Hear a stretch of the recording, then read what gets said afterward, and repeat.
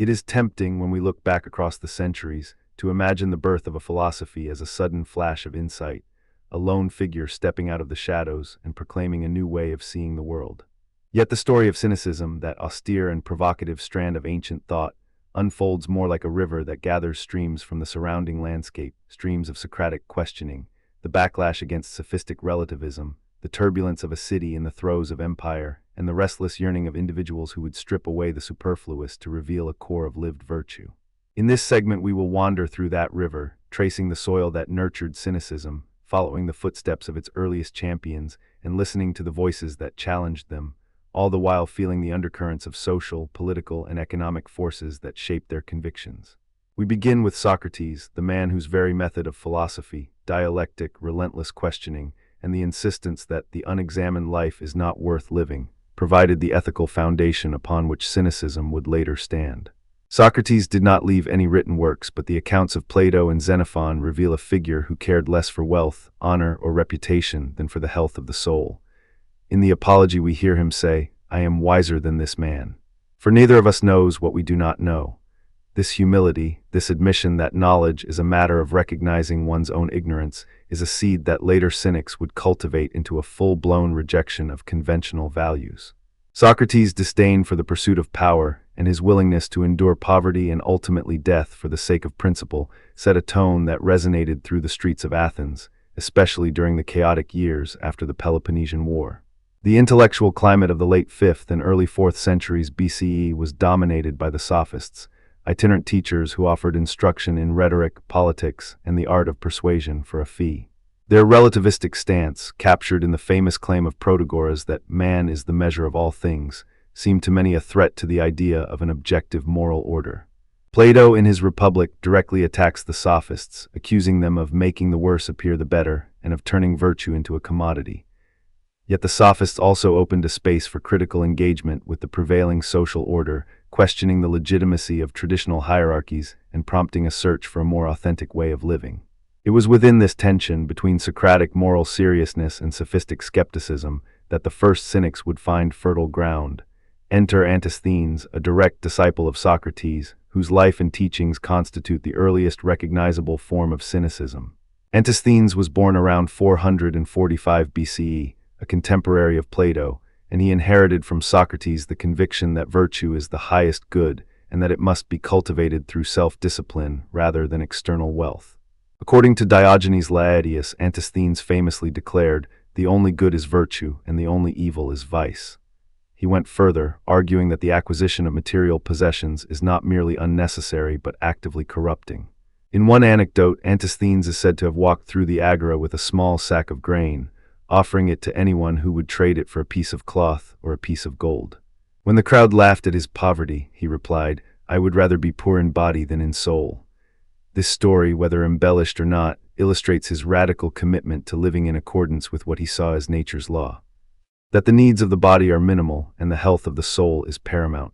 Antisthenes also set a pedagogical example that would echo through the ages. He taught a young man named Crates of Thebes, who would become perhaps the most charismatic of the early Cynics. Crates, born around 365 BCE, inherited Antisthenes' disdain for wealth, but he took the principle to an even more dramatic extreme. According to the accounts preserved by Diogenes Laertius, Crates was a wealthy man, the son of a prosperous merchant, and he owned a considerable estate. Yet, after hearing Antisthenes speak, he resolved to give away all his property. He is said to have walked through the streets of Thebes, distributing his possessions to the poor, saying, "Take what I have, and I shall take the freedom that comes from having nothing." This act was not merely a charitable gesture.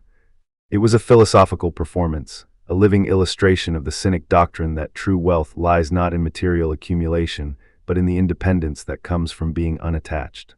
The political and economic backdrop of this period cannot be ignored.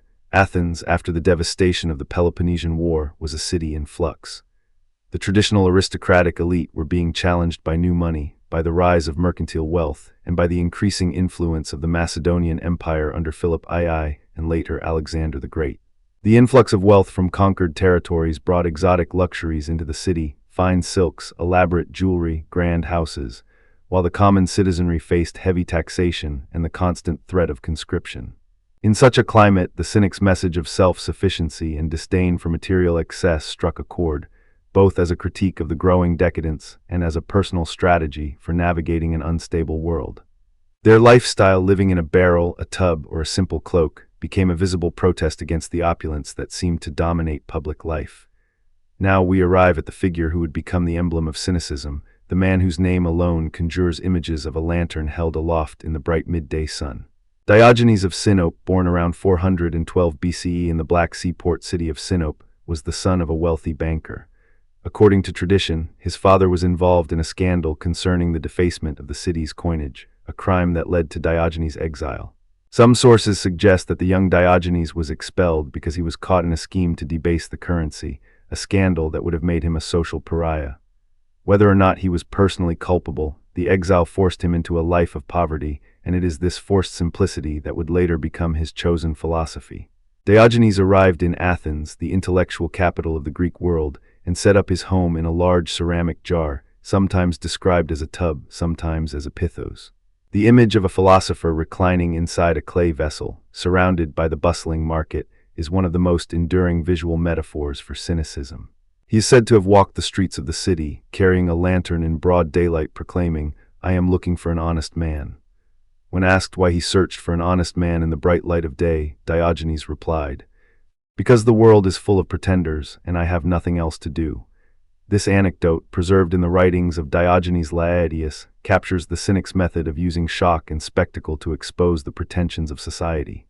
Another famous story tells of Diogenes' encounter with Alexander the Great, who, according to the legend, approached the philosopher while he was sunbathing. The young conqueror, curious and perhaps amused, asked, "What do you desire, master?" Diogenes, unperturbed, responded, "I wish that you would move aside, for you are blocking my sunlight." The anecdote, repeated by many later writers, illustrates the Cynic's indifference to power and fame. It is also a stark reminder that even the greatest political authority could not compel a Cynic to abandon his principles. In this moment, the philosophical and the political intersect, showing how cynicism was not merely a personal ethic but a public challenge to the hierarchies of the day. The Cynic's disdain for luxury was not limited to personal austerity. It was a pointed critique of the social order that celebrated wealth as a sign of virtue. In the Hellenistic period, after Alexander's empire fractured into successor kingdoms, the Mediterranean world saw a flourishing of courtly culture, elaborate patronage, and the rise of professional philosophers who taught for a fee. The Cynics, by contrast, chose to live on the streets, to beg, to rely on the charity of strangers, and to reject any form of institutional support. This radical rejection of the patronage system can be seen as a political act, a refusal to be co-opted by the very structures that they believed corrupted the soul. Their public performances, shouting, "Eat, drink, and be merry, for tomorrow we shall die," in the agora, or mockingly imitating the pomp of the elite, served as a mirror held up to a society intoxicated by wealth. The Roman world, which would later inherit and transform many Greek philosophical traditions, offers a further stage on which cynicism performed its critique. By the 1st century BCE, Rome had become a sprawling empire, its elite indulging in banquets, lavish villas, and the ostentatious display of power. The Cynic philosopher Menippus, a native of Gadara, wrote satirical works that lampooned both Greek and Roman pretensions. Though Menippus' writings survive only in fragments, later writers such as Lucian of Samosata preserved his spirit. Lucian, in his Dialogues of the Dead, presents a cynic who, even in the afterlife, refuses to be swayed by the comforts of the Elysian fields, preferring instead to sit on a rock and critique the dead for their former vanities. This continuation of Cynic satire into the Roman era underscores how the movement adapted to new political realities while retaining its core commitment to living in accordance with nature, free from the shackles of artificial social conventions. Of course, cynicism did not go unchallenged. Plato, in his Republic, offers a systematic critique of the kind of life the Cynics championed. He argues that the just city requires a harmony of parts, each fulfilling its appropriate function, and that the philosopher-king must possess both wisdom and the capacity to rule. In Book IV, Plato writes, "The good of the city is the good of the whole, not the good of a single individual who refuses to contribute to the commonwealth." From this perspective, the Cynic's rejection of civic duties, refusing to own property, to participate in the political process, to support the polis, could be seen as a form of selfishness, a withdrawal from the communal responsibilities that make a city thrive. Moreover, Plato's theory of the forms posits that true knowledge is abstract and universal, while the Cynics focus on the concrete lived experience of virtue. For Plato, the Cynics' emphasis on asceticism may be a misunderstanding of the higher, metaphysical realm of the good.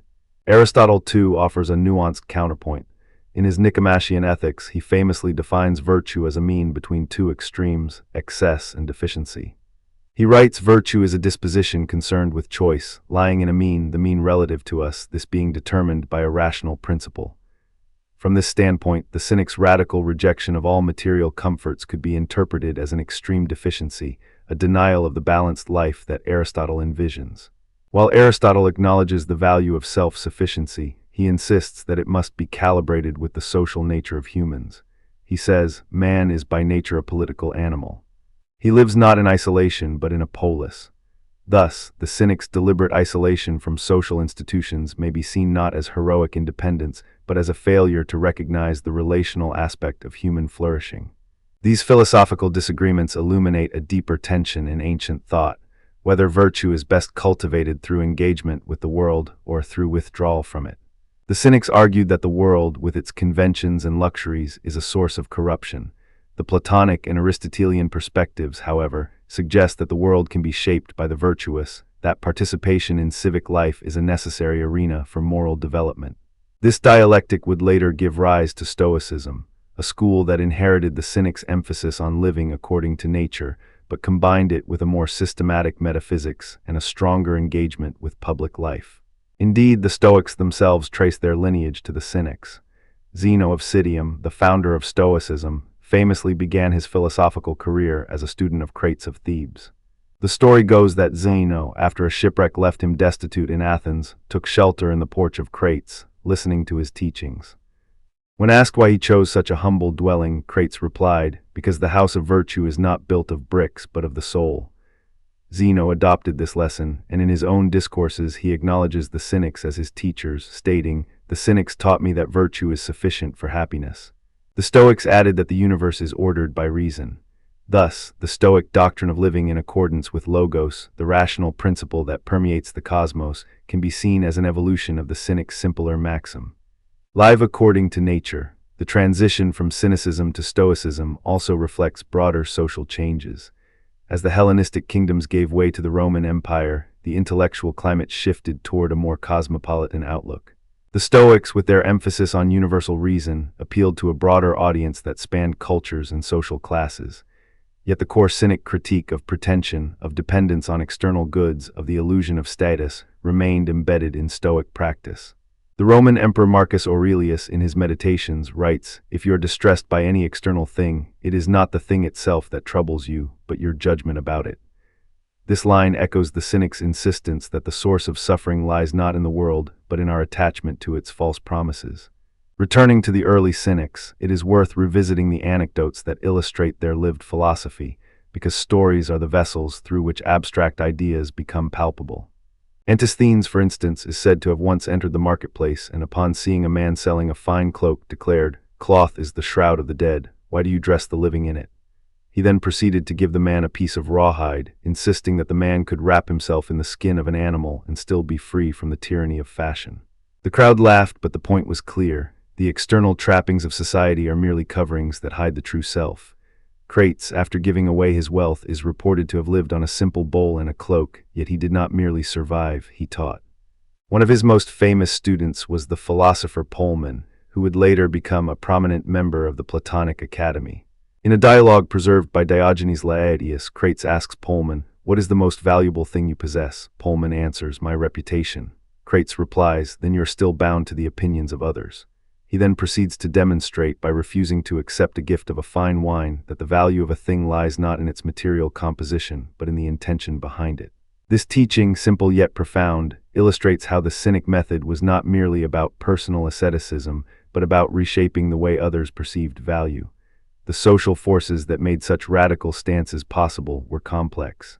In the 4th century BCE, Athens was still a democracy, but its political life was increasingly dominated by demagogues who appealed to popular sentiment through promises of wealth and power.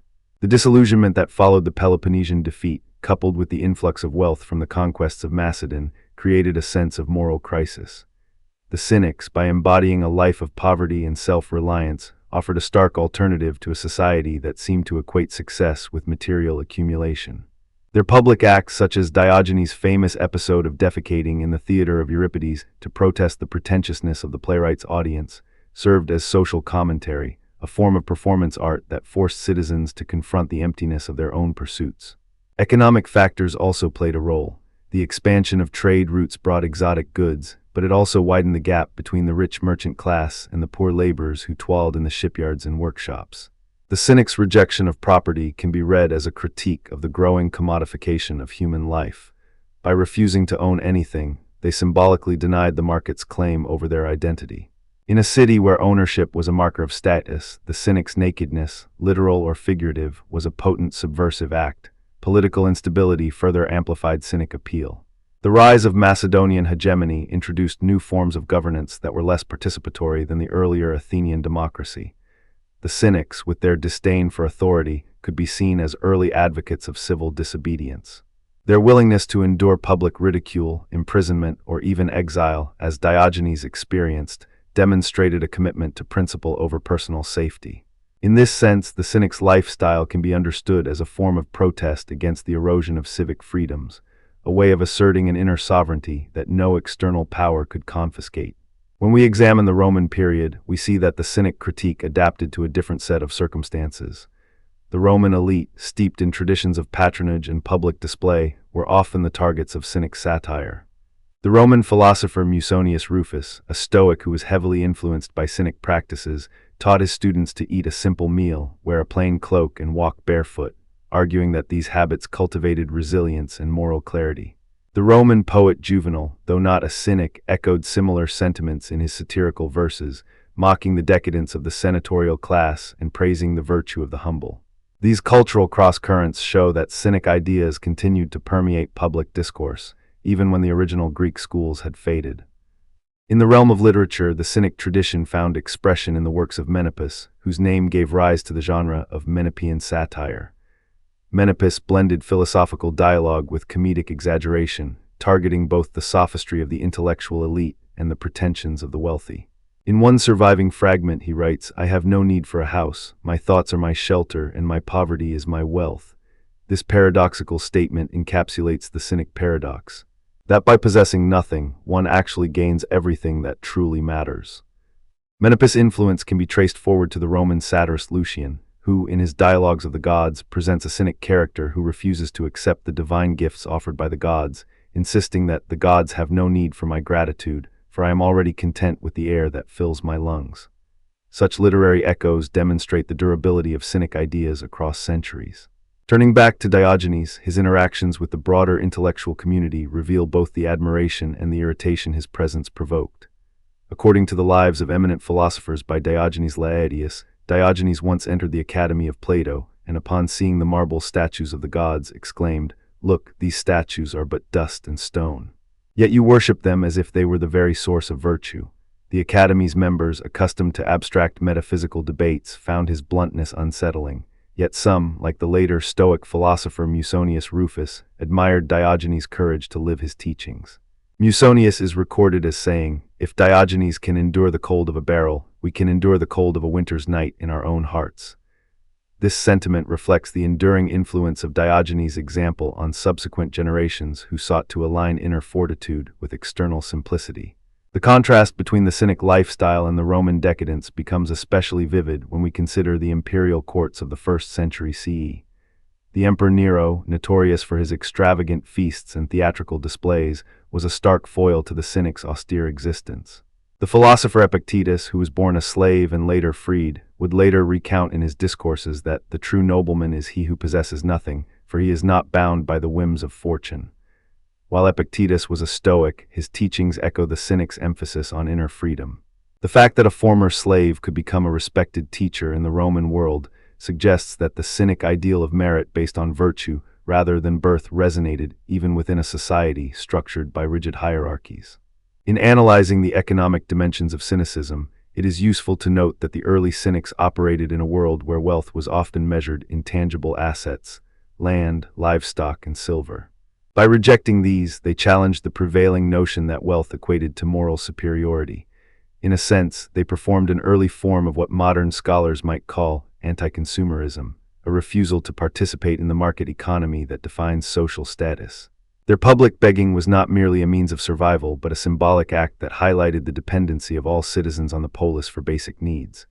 By making their need visible, they forced the community to confront the reality that even the most self-sufficient individuals rely on the collective infrastructure, roads, markets, water supplies provided by the state. The political implications of this critique become clearer when we consider the way the Cynics engaged with law and citizenship. In Athens, the concept of koinonia, the communal life of the polis, was central. Citizens were expected to vote, serve on juries, and contribute to the common defense. Cynics, by refusing property and often refusing to participate in civic duties, were seen as subversive. Yet they also claimed that true citizenship is not a legal status but a moral one, rooted in virtue. This redefinition of citizenship anticipates later philosophical debates about the nature of the social contract, as seen in the works of Hobbes, Locke, and Rousseau. The Cynics' insistence that one can be a citizen of the world, rather than bound to a particular city-state, foreshadows the modern idea of cosmopolitanism. When we examine the influence of Cynicism on later philosophical traditions, the Stoic appropriation of Cynic ethics stands out. The Stoics retained the Cynic disdain for luxury, but integrated a comprehensive metaphysical system that explained the rational order of the cosmos. They also softened the Cynics' radical social withdrawal, encouraging participation in public affairs as a way to practice virtue. The Roman statesman Seneca, a Stoic, wrote in his letters to Lucilius that the wise man does not abandon the world, but he does not cling to it. This synthesis can be read as a direct response to the Cynics' earlier absolutism, offering a more balanced path that acknowledges both personal integrity and social responsibility. Nevertheless, the core Cynic claim, that virtue is sufficient for happiness, remains a point of contention. The Platonic critique, as expressed in the Republic, suggests that the well-ordered soul must also be in harmony with a just city, that personal virtue cannot be fully realized in isolation from the communal good.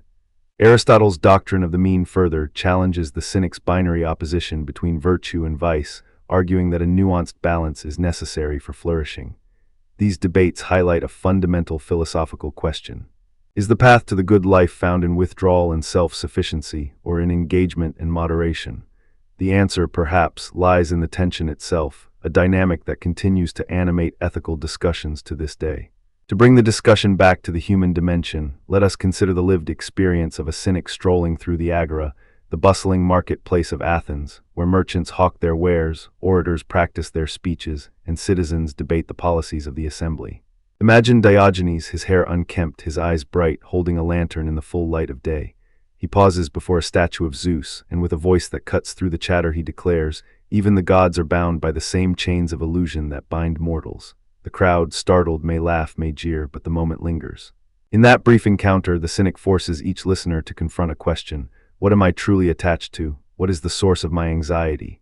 The answer, according to the Cynic, lies not in the external world but within the self, in the capacity to recognize that one's happiness does not depend on the approval of others or the accumulation of goods. This rhetorical technique, using shock, humor, and paradox, was central to Cynic pedagogy.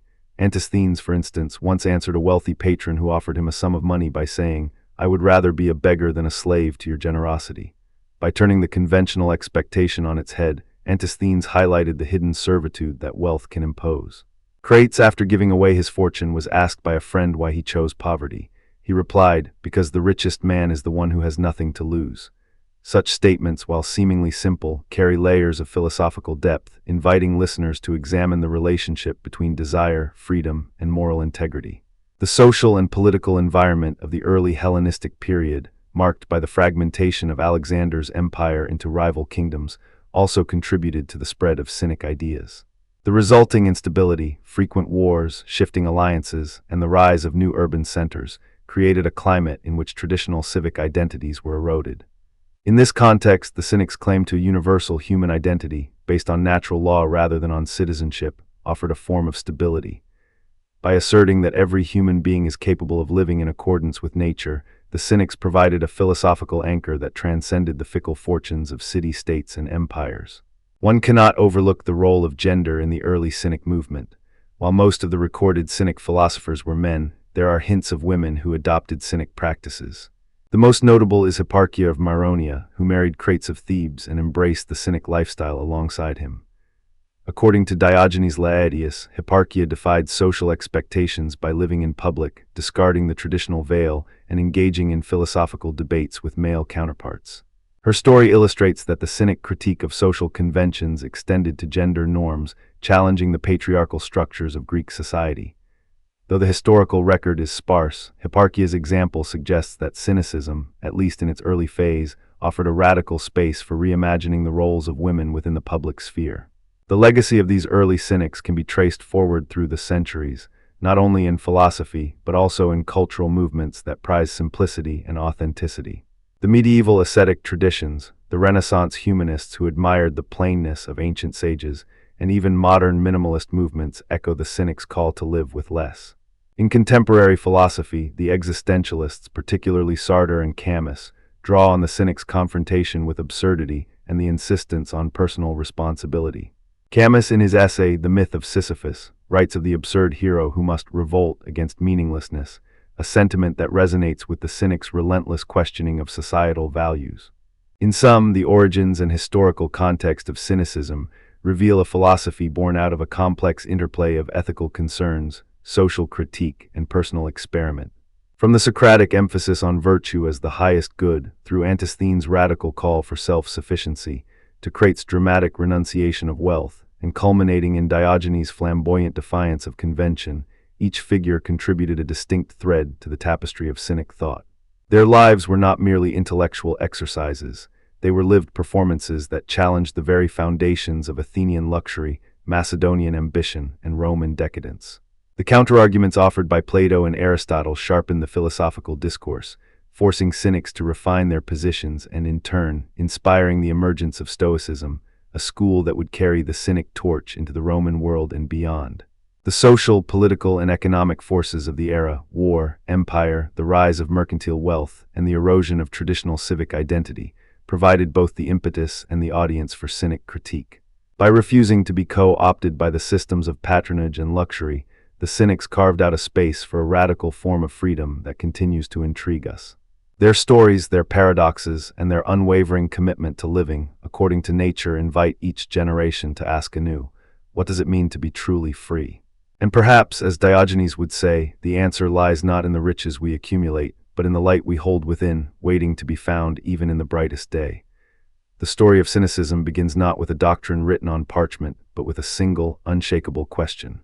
What does it truly mean to live well? In the streets of Athens, amid marble temples and bustling markets, a handful of philosophers chose to answer that question not by constructing elaborate metaphysical systems, but by stripping away everything that they believed obscured the human capacity for freedom. This radical simplicity is captured in three interlocking concepts that form the backbone of Cynic practice: autarkeia, the claim to self-sufficiency; parrhesia, the commitment to frank, fearless speech; and a cosmopolitan outlook that refuses to be confined by the arbitrary borders of city-state, class, or convention. As we explore these ideas, we will see how they were not abstract theories but lived tactics, ascetic habits, public provocations, and a relentless rejection of property, fame, and social norms. By the end of this journey, you will recognize how the Cynic's art of living reverberates in modern minimalist movements, in existentialist calls for authenticity, and in the everyday choices we make about what we own, what we say, and how we relate to the world around us. Autarkeia, the Greek term for self-sufficiency, is perhaps the most immediate of the three. For the Cynics, it did not merely mean the ability to provide for one's material needs. It signified a deeper psychological independence from external validation. Diogenes of Sinope, the most famous of the Cynics, famously declared that a dog does not need a master to be a dog. In his own life, this meant living with only a cloak, a staff, and a simple bowl, no house, no wealth, no title. He taught that if a man can be content with the bare minimum, then the desires that bind most of us, riches, reputation, power, are not necessities but shackles.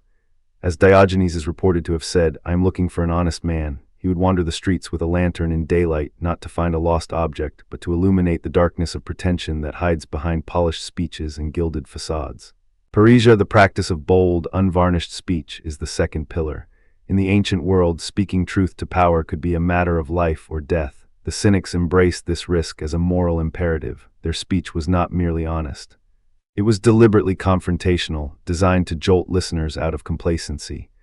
When Alexander the Great arrived in Corinth, the world expected reverence, perhaps even flattery. Instead, Diogenes was lounging in the sun, and when Alexander asked if there was any favor he could do for him, Diogenes replied, "Yes, stand out of my sunlight."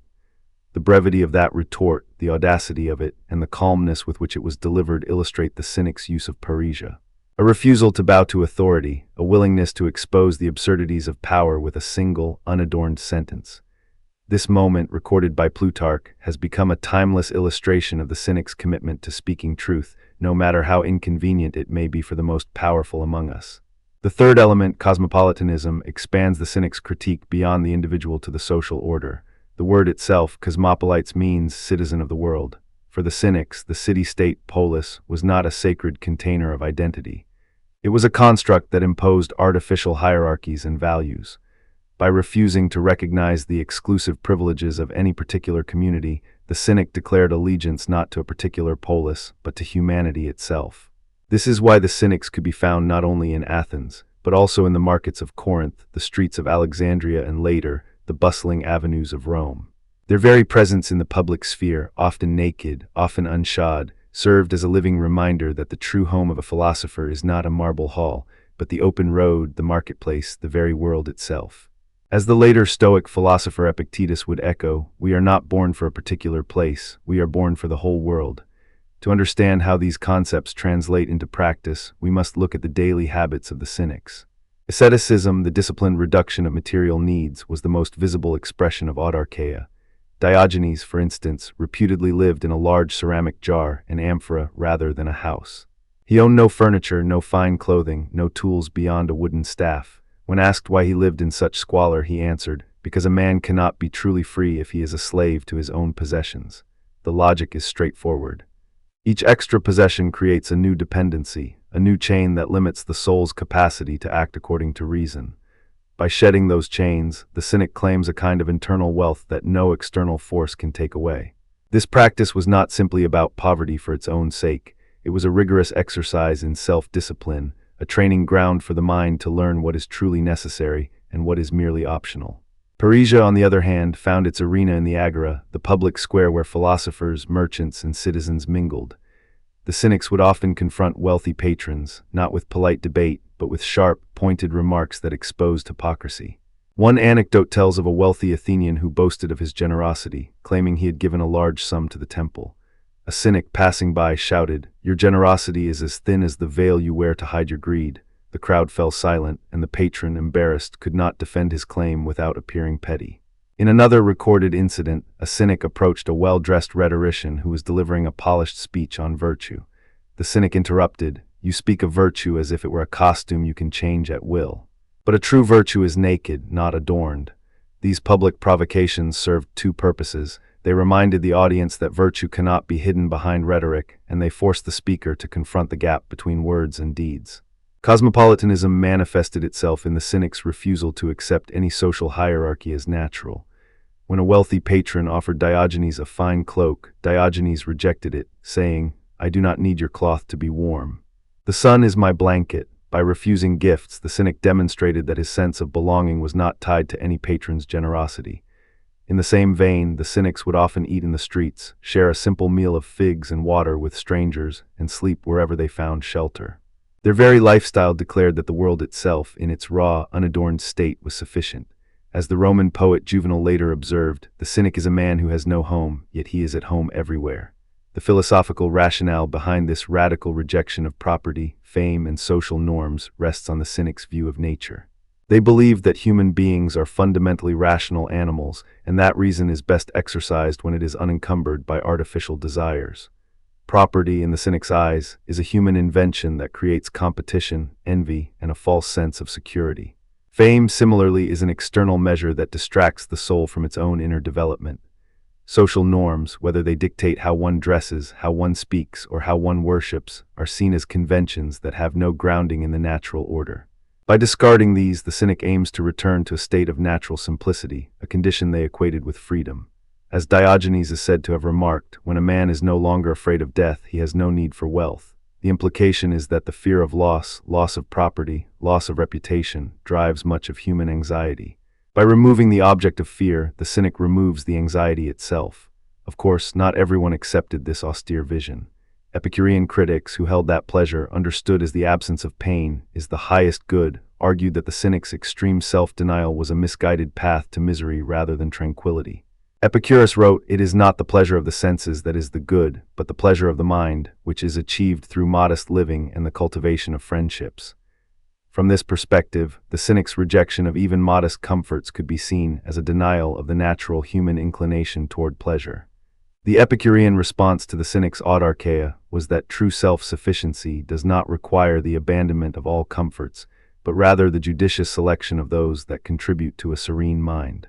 In other words, while the Cynic would discard a simple bowl to demonstrate independence, the Epicurean might keep it, recognizing that it serves a practical purpose without engendering anxiety. Early Christian writers offered another line of critique, this time grounded in moral theology. The Church Father Clement of Alexandria, for instance, condemned the Cynics' disdain for conventional morality as a form of moral relativism. He wrote, "The Cynic, in his contempt for law and order, becomes a wolf among the flock, devouring the very virtues he pretends to uphold." The Christian objection was that the Cynic's public provocations, while intended to expose hypocrisy, could also erode social cohesion and undermine the communal bonds that the early church sought to build. Moreover, the Cynic's indifference to property was interpreted as a denial of stewardship, a key Christian principle that sees material goods as gifts to be used responsibly for the common good. In this light, the Cynic's radical asceticism could appear as an irresponsible rejection of one's duties to family, community, and God. These criticisms, however, do not diminish the enduring power of Cynic practice. Rather, they highlight a tension that continues to animate debates about the good life, the balance between personal autonomy and social responsibility, between the pursuit of inner freedom and the obligations we owe to others. Modern minimalist movements echo the Cynic's call for autarkeia, urging individuals to declutter their lives, to own less, and to focus on experiences rather than possessions. The minimalist mantra, "less is more," is a direct descendant of Diogenes' assertion that "I own nothing, and yet I am rich." Yet contemporary minimalists often frame their practice in terms of environmental sustainability and mental health, rather than as a philosophical critique of societal values.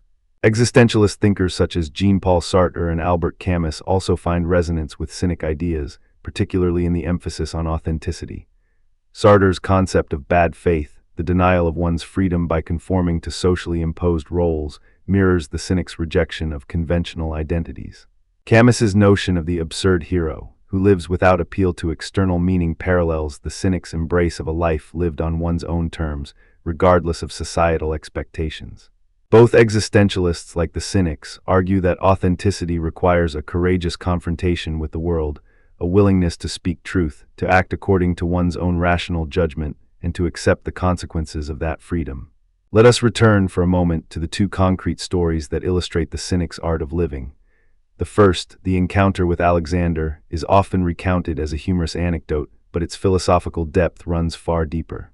Alexander, the world-conquering monarch, represents the ultimate external power, wealth, military might, political authority. Diogenes, the embodiment of internal power, responds not with deference but with a single, unadorned request: to be left alone in his sunlight. By refusing to ask for riches or titles, Diogenes demonstrates that the true source of contentment lies not in the gifts of a ruler, but in the simple, unmediated experience of the present moment. The story forces us to ask, what would we request of a powerful benefactor if we truly understood the nature of our own needs? The second story, of Cynic philosophers confronting wealthy patrons in the Agora, shows how the practice of parrhesia operates as social critique. When a Cynic interrupts a patron's speech, the crowd is forced to witness a clash between the polished language of power and the raw, unfiltered voice of dissent. The patron's reputation may be tarnished, but the deeper effect is the disruption of complacency. The audience, accustomed to hearing deference to wealth, is reminded that virtue is not a commodity to be displayed, but a lived reality that can be called into question at any moment. This public provocation is not a mere stunt. It is a method of exposing the gap between appearance and reality, between what society says it values and what it actually practices. In examining these episodes, we also see the Cynic's reliance on humor and absurdity as tools of persuasion. The image of a man living in a jar or a philosopher walking barefoot through the marble streets creates a cognitive dissonance that compels observers to reconsider their assumptions.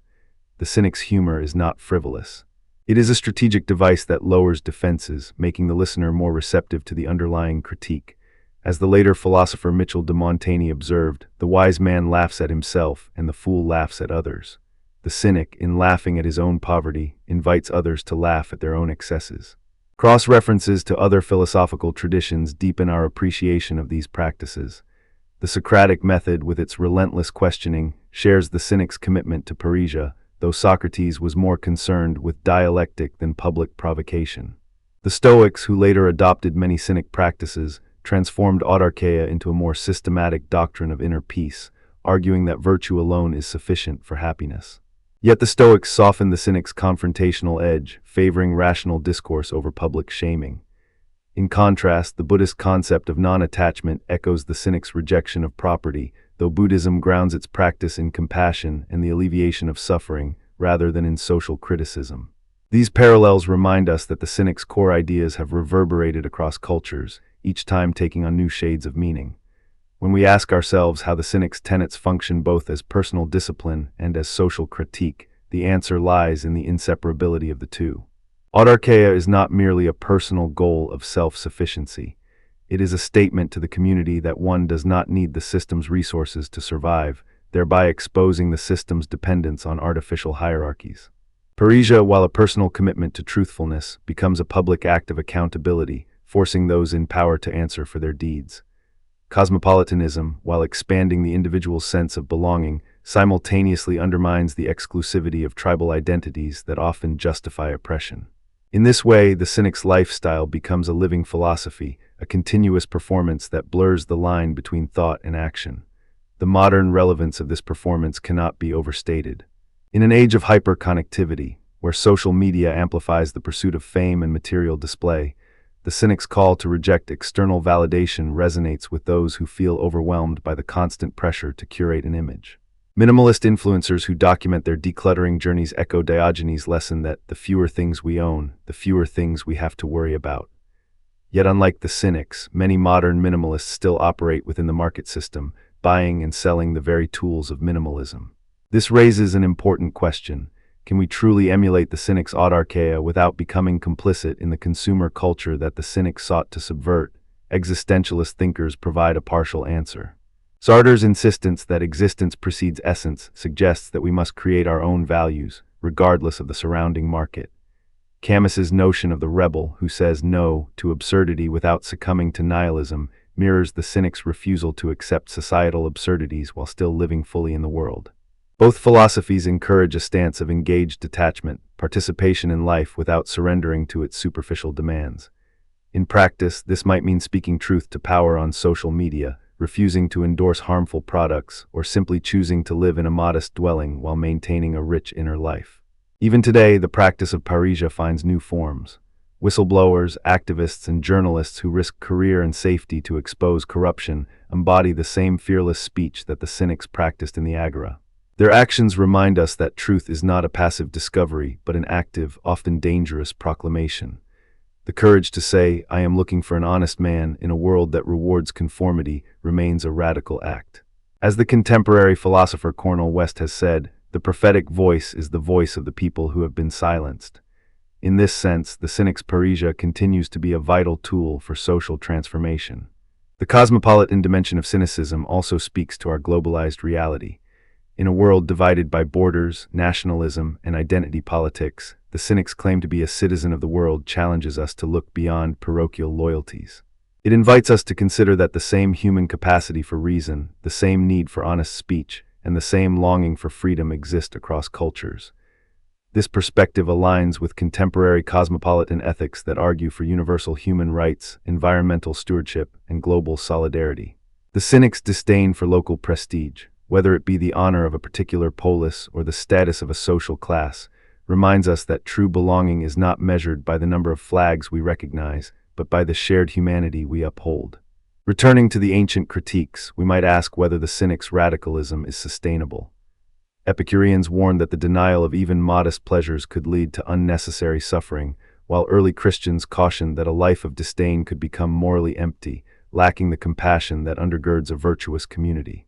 The balance perhaps lies in the middle path, embracing the cynic's call for self-sufficiency while recognizing that some material comforts can serve the greater good, using parrhesia not just to shock but to build constructive dialogue, and extending cosmopolitanism into concrete actions that foster solidarity rather than abstract indifference. In this way, the Cynic's legacy becomes a dynamic framework rather than a rigid prescription. To illustrate this synthesis, imagine a modern individual who chooses to live in a tiny house, reduces possessions to the essentials, and spends each day walking through the city, engaging strangers in conversation about the meaning of happiness. He refuses lavish gifts not out of pride, but because he wishes to maintain a clear view of his own motivations. When he sees a corporation exploiting workers, he writes an open letter, simple, direct, unflinching, exposing the injustice. He volunteers at a refugee center, recognizing that his cosmopolitan identity obliges him to act on behalf of those who are displaced. In each of these actions, we see autarkia, parrhesia, and cosmopolitanism intertwined, each reinforcing the others. The practice becomes a holistic way of being, not a series of isolated acts. The ancient Cynics would likely have applauded such a life, not because it follows a set of rules, but because it reflects a lived commitment to freedom. Diogenes, when asked why he lived in such poverty, replied, "Because I have no need for anything else." The Cynic's ultimate aim was not to become a saint of austerity, but to demonstrate that a life guided by reason, honesty, and universal belonging is possible, even in the midst of a world that constantly tries to pull us in other directions. As the Roman satirist Juvenal observed, the Cynic is a man who has no home, yet he is at home everywhere. This paradox captures the essence of the Cynic's practice. By shedding the external, one becomes truly present everywhere. In closing, consider the question that underlies all of this exploration. What does it mean to live authentically in a world that offers endless distractions? The Cynics answer with a triad: self-sufficiency, fearless speech, and universal belonging, that together form a roadmap for an examined life.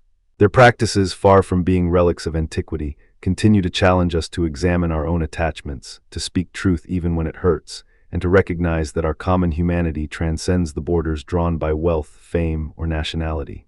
Whether you find inspiration in the minimalist's clean desk, the activist's bold manifesto, or the philosopher's quiet contemplation, the spirit of cynicism invites you to ask again and again, what do I truly need to live well? And perhaps in the quiet moments after that question, you will hear the echo of Diogenes' lantern, still searching for an honest man in the bright light of day. The story of cynicism does not end with the wandering figure of Diogenes in the Athenian agora, though his barrel-shaped hut and his lamp in search of an honest man have become the emblem of a philosophy that refuses to be confined to any single epoch. To understand its true resonance, we must follow the thread of its ideas as they wind through the gardens of Stoicism, the deserts of early Christianity, and the salons of the Enlightenment, and then glimpse how that thread continues to tug at the fabric of contemporary political thought. When Zeno of Citium arrived in Athens around 300 BCE, he was a merchant turned philosopher whose ship had been wrecked, leaving him stranded among the very thinkers whose teachings he would soon transform. He attended the lectures of the Academy and the Lyceum, but it was the raw, uncompromising lifestyle of the Cynics that most captured his imagination. Zeno's own account, preserved in Diogenes Laertius, tells us that he saw a man, a Cynic, who was naked and carried a staff, and he was struck by the freedom that this simple appearance promised. In the early stages of his own school, Zeno adopted the Cynic ethic of living according to nature, of discarding artificial desires, and of confronting society with a fearless honesty. Yet he also introduced a systematic metaphysical framework that the original Cynics had largely eschewed. Zeno's synthesis gave rise to Stoicism, a school that would dominate Roman intellectual life for centuries. The Stoics preserved the Cynic's moral rigor, self-sufficiency, indifference to external goods, the practice of living in accordance with nature, but they wrapped it in a cosmological vision that declared the universe a single, rational organism, a logos that permeates every being. In doing so, they transformed the solitary Cynic's protest into a universalist ethic, the Stoic cosmopolitan. As Seneca writes in Letter 89 to Lucilius, "We are all members of one body, the whole world is a single community, and each of us is a citizen of that community." The echo of the Cynic's disdain for conventional wealth is unmistakable, but the Stoic adds a layer of duty to the common good, a notion that would later be taken up by Roman jurists, Christian theologians, and modern liberal philosophers. The Stoic appropriation of Cynic ethics is not a mere historical footnote, it is a living dialogue. In the Meditations, Marcus Aurelius reflects on the dog that barks at the wind as a metaphor for the Cynic's relentless challenge to pretension. He writes, "If any man is able to convince you that you are a mere creature, and that your thoughts are no more than the breath of the wind, you have done well to keep him in mind." Here the emperor philosopher acknowledges the Cynic's role as a mirror held up to power, a reminder that authority is only as legitimate as its alignment with nature. Moving forward a few centuries, we encounter the desert fathers of early Christianity, whose austere lives bear a striking resemblance to the Cynics' radical simplicity. Saint Anthony of Egypt, often hailed as the father of monasticism, retreated into the barren sands of the Thebaid, subsisting on dates, water, and the occasional alms. His hagiographies, especially Athanasius's Life of Anthony, describe him as a man who shunned all worldly comforts, who wore a hair shirt and slept on a hard stone, and who greeted each passerby with a smile that seemed to mock the very notion of wealth. The question that scholars have debated for centuries is whether Anthony's asceticism was directly inspired by the Cynics, or whether it emerged independently from a Judeo-Christian tradition of prophetic critique. Some, like the patristic scholar Henry Chadwick, argue that the Cynic-like contempt for the city, for riches, for the comforts of the flesh, in Anthony's life is a clear echo of Diogenes' own disdain for the polis. Chadwick points to the fact that the early monastic communities in Egypt were situated along the same trade routes that had once carried the teachings of Greek philosophers, suggesting a cultural cross-pollination. Others, such as the modern historian of religion John Dominic Crossan, caution against a simplistic lineage. Crossan notes that the desert monastic movement arose in a context of severe social upheaval, famine, and persecution, where withdrawal from society was as much a pragmatic response to crisis as a philosophical statement. He writes, to read Anthony's desert as a Cynic's desert would be to overlook the eschatological urgency that drove early Christians to seek a kingdom not of this world. The debate remains unresolved, but what is clear is that the language of ascetic critique, the world is a prison, the body is a vessel of sin, finds a resonant chord in both Cynic and early Christian thought. If we travel further into the Western intellectual tradition, the Enlightenment offers a particularly vivid illustration of Cynic revival. The 18th century French philosopher Voltaire, ever the provocateur, adopted the Cynic's satirical edge to skewer the pretensions of his day. In 1762, he published a pamphlet simply titled Le Cynique, in which he declared, "The true philosopher is a cynic, for he sees the world stripped of its glitter and laughs at the absurdities of power." Voltaire's pamphlet was not a systematic treatise, but a series of biting aphorisms that echoed Menippe's earlier brand of Cynic satire. Menippus of Gadara, a Greek satirist of the 3rd century BCE, had crafted a literary form that blended the philosophical rigor of the Cynics with the comedic exaggeration of the old comedy. His Satirica, now lost but known through fragments quoted by later authors, presented a mock dialogue between a cynic and a sophist, in which the cynic would expose the emptiness of rhetorical flourish by demanding that the sophist sell his own soul for a loaf of bread, and then tell us the price of virtue. The anecdote that survived most vividly is the story of Menippus being expelled from the court of the Roman Emperor Caracalla for daring to lampoon the imperial cult. According to the historian Lucian, Menippus stood before the emperor holding a broken wooden staff and proclaimed, "If the gods demand tribute, I shall pay them in the currency of truth, which they cannot count." The emperor, offended, ordered his exile, and Menippus's exile became a cautionary tale about the perils of speaking truth to power. Voltaire, aware of Menippus's legacy, fashioned his own cynic persona to navigate the treacherous waters of French censorship. In a famous exchange with the philosopher Diderot, Voltaire quipped, "If the king wishes to be praised, let him become a cynic." For a cynic can never be praised, only tolerated. This witticism illustrates how the cynic's strategy of self-denial and public mockery could be repurposed to critique absolutist monarchy without overtly calling for revolution, a subtle yet potent political maneuver. The Enlightenment's fascination with cynicism did not stop with Voltaire. The German philosopher Friedrich Schiller, in his essay on the aesthetic education of man, referenced the Cynics as the first artists of moral criticism, arguing that their public performances were the precursors of modern theater of the absurd. He wrote, "The cynic, by living his philosophy, stages a drama that forces the audience to confront the discrepancy between appearance and reality." By invoking the Cynics, Schiller linked their radical embodiment of ideas to the later romantic emphasis on the artist as a societal conscience.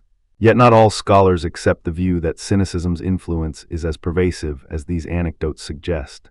Contemporary historiography offers a more measured assessment. The classic work of the 20th century philosopher and historian W.K.C. Graham, The Cynics, a study in moral philosophy, argues that the later appropriation of cynic motifs often amounts to a retro-projection of later values onto an earlier, more fragmented movement. Graham points out that the Cynics themselves were a loose network of itinerant teachers, each with their own idiosyncrasies, and that their primary concern was not the development of a systematic doctrine, but the performance of a way of life. He writes, to speak of a continuous line from Diogenes to Voltaire is to mistake a series of resonances for a single, unbroken tradition. A more recent contribution comes from the historian of ideas, Margaret C. Miller, whose article Cynicism and Its Discontents, Journal of Ancient Philosophy, 2019, emphasizes the selective nature of the reception. Miller notes that while Stoic writers such as Seneca and Epictetus certainly borrowed the Cynics' disdain for luxury, they also deliberately distanced themselves from the Cynics' antisocial reputation, emphasizing instead a civic duty that the Cynics had often eschewed. She quotes Seneca's Letters 5.6, "It is not enough to be free from the shackles of desire, one must also be bound to the common good." For Seneca, the moral freedom championed by the Cynics is a prerequisite, not a substitute, for participation in the political community. Thus, the scholarly debate hinges on whether we view cynicism as a seed that sprouted into various intellectual trees, or whether we see it as a recurring motif that different thinkers have plucked and reshaped according to their own agendas. Both perspectives have merit, and the truth likely lies somewhere in between. Turning now to the modern era, the echoes of Cynic critique can be heard in contemporary political philosophy, especially within strands of anarchism and anti-consumerist thought. The 19th century anarchist Pierre-Jacques Rousseau, though better known for his social contract, admired the Cynics' rejection of authority that is not self-imposed. In his essay, The Rejection of Property, Rousseau writes, "The true libertarian is the one who, like Diogenes, lives as if the world were his own, unbound by the artificial constructs of law and wealth." In the 20th century, the American writer Henry David Thoreau, a central figure in the transcendentalist movement, explicitly invoked Cynic principles in his seminal work Walden. Thoreau declares, "I went to the woods because I wished to live deliberately, to front only the essential facts of life, and see if I could not learn what it had to teach, and not, when I came to die, discover that I had not lived." While Thoreau does not name Diogenes, his insistence on living with the bare minimum and his critique of the pompous trappings of society resonate with the Cynics' call to strip away the superfluous. Even in the age of digital capitalism, the Cynics' lamp continues to flicker. The minimalist movement, popularized by contemporary figures such as the author and activist Joshua Fields Millburn, often cites the ancient Cynics as philosophical forebears. In an interview, Millburn remarked, "When I read Diogenes holding his lantern, I see a metaphor for our own search for authenticity in a world saturated with advertisement. The anti-consumerist slogans of the Occupy Wall Street protests, 'We are the 99%. Money is not a human right,' can be read as a collective, public cynicism, a refusal to accept the legitimacy of an economic order that privileges wealth over virtue." To understand how these modern appropriations function, we can return to the ancient analogy that the Cynics themselves used, the comparison of society to a banquet. Diogenes is said to have entered a banquet hall, looked around at the opulent spread, and proclaimed, "If this is a feast, then the world is a banquet of excess, and I am the one who refuses to eat." This image has been reimagined in contemporary activism as the Food Not Bombs movement, where activists stage symbolic feasts of discarded food to protest waste and inequality, directly channeling the Cynics' use of performance to expose societal absurdities. Another enduring analogy is the Cynic's dog metaphor. The word cynic itself derives from the Greek kynikos, dog-like, and the Cynics proudly embraced this animal symbolism. They saw themselves as dogs of the city, sniffing out corruption, barking at pretension, and refusing to be leashed by convention. In modern political discourse, the term political dog has been reclaimed by activists who see themselves as guardians of the public square, unafraid to bark at the powerful. The metaphor persists because it captures the essential tactic of the Cynic, to use the body, the gesture, the public spectacle as a means of philosophical argument. Let us now revisit the Roman Cynic Menippus, whose satirical dialogues serve as a bridge between ancient philosophy and modern satire. Menippus's most famous surviving fragment, preserved by the later writer Lucian, depicts a conversation between a cynic and a wealthy merchant. The merchant boasts of his riches, saying, "I have gold enough to buy the sun." The cynic replies, "Then you must be the one who buys the night, for you have no light of your own." This exchange, though brief, encapsulates the cynic's method. A sharp, paradoxical reversal that forces the interlocutor to confront the emptiness of his claims. The power of this method lies in its ability to turn the language of power against itself, a technique that would later be employed by Voltaire, by the French Revolution's pamphleteers, and even by modern satirists such as Jon Stewart or John Oliver. Voltaire's Le Cynique extends Menopus's approach into the realm of Enlightenment politics. In one passage, Voltaire writes, "If the king wishes to be praised, let him become a cynic." For a cynic can never be praised, only tolerated. The irony here is deliberate. By suggesting that the monarch adopt the very posture of disdain that undermines authority, Voltaire turns the king's own desire for legitimacy into a source of ridicule. This tactic, adopting the voice of the outsider to critique the insider, has become a staple of modern political commentary, from late-night television monologues to viral meme culture. The Enlightenment's revival of cynic satire was not limited to France. In England, the satirist John Wilkes, a champion of liberty and press freedom, employed cynic-like invective in his pamphlets. In a 1768 essay, Wilkes declared, "I am the dog that snarls at the palace gates, for I have no collar, no master. And I bite only when the meat is rotten." His self-identification with the cynic's animal symbolism served both as a protective shield, casting himself as a harmless mongrel, and as a weapon, allowing him to critique the aristocracy without claiming a respectable status that could be co-opted. The reception of cynicism in the Enlightenment was also shaped by the work of Diogenes Laertius, the 3rd century biographer whose lives and opinions of eminent philosophers preserved the anecdotes that later philosophers would mine. Though Laertius was not a philosopher himself, his compilation of the cynic's sayings, such as Diogenes's declaration, "I am looking for an honest man," while holding a lantern in daylight, provided a treasure trove of material that Enlightenment thinkers could repurpose.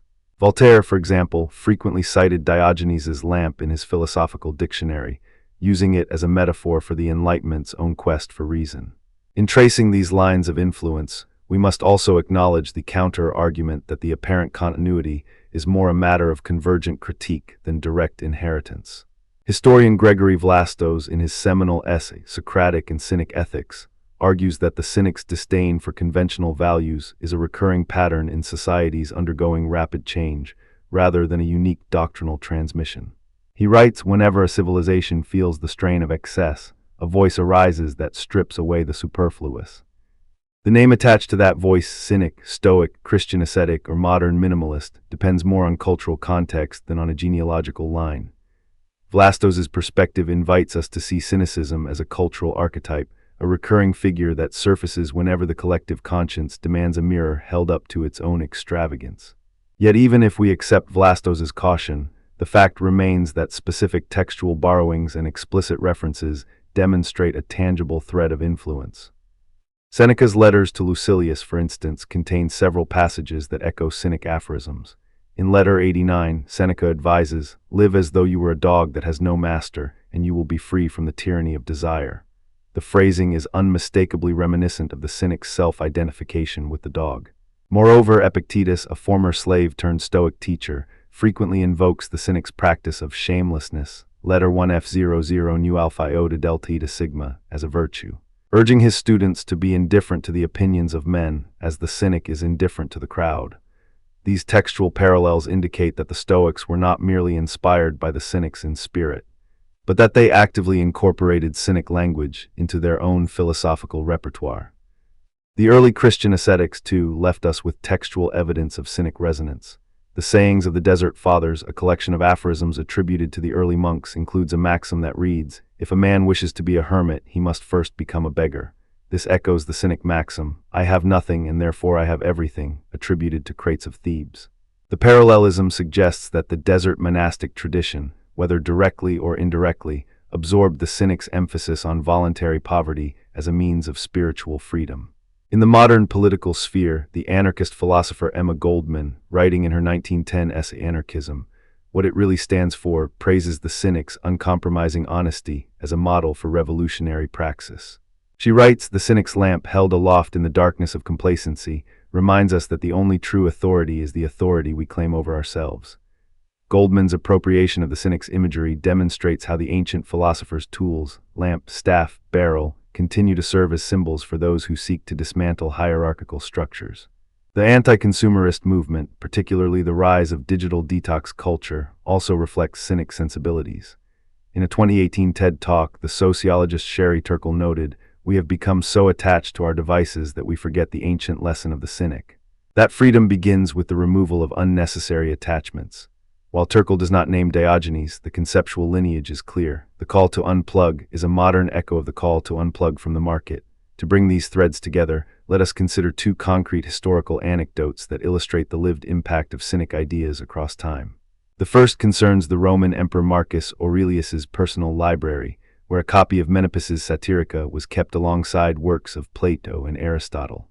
According to the historian Diogenes, Marcus would sometimes read Menippus before bedtime, using the satirist's sharp wit to remind himself of the emptiness of imperial pomp.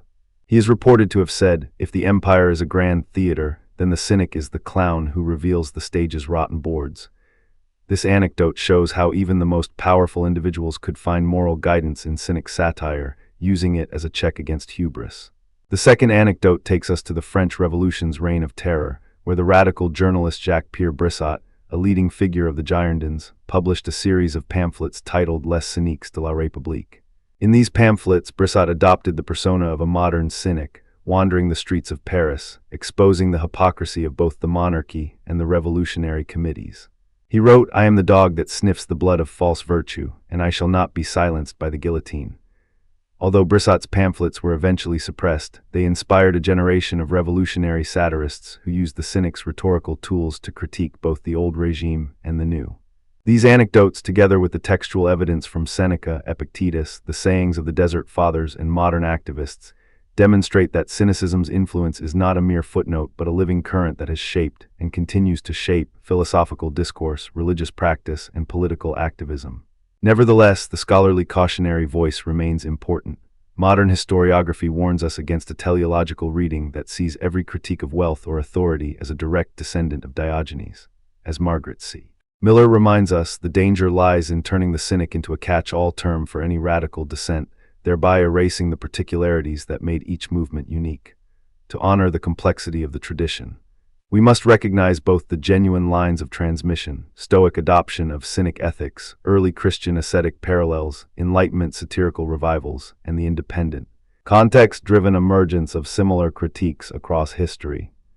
In the final analysis, cynicism offers a methodological template as much as a set of doctrines. Its core practice, living a life that openly contradicts prevailing norms, using performance as philosophy, and employing humor as a weapon, has proven remarkably adaptable. Whether it appears in the Stoics' cosmopolitan call to universal brotherhood, the desert monk's desert solitude, the Enlightenment writer's pamphlet, or the modern activist's minimalist lifestyle, the cynic's spirit persists as a reminder that philosophy is not merely a matter of abstract argument, but of lived resistance. So as we look ahead to the challenges of our own age, climate change, digital surveillance, widening inequality, perhaps the most valuable lesson from the Cynics is not a specific doctrine but a posture. To walk the world with a lantern in broad daylight, to ask, "Where is the honest man?" and to be prepared when the answer remains elusive, to smile, to laugh, and to keep questioning the very foundations of what we take for granted. The cynic's lamp, after all, never truly went out. It simply waits for each new generation to pick it up and shine it into the shadows of their own societies.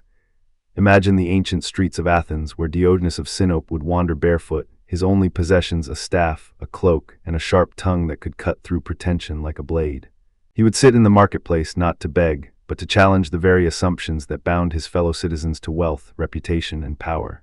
He declared that the most beautiful thing in the world is the soul of a man who is free, and in doing so he gave birth to a philosophy that was at once a way of life and a relentless critique of society.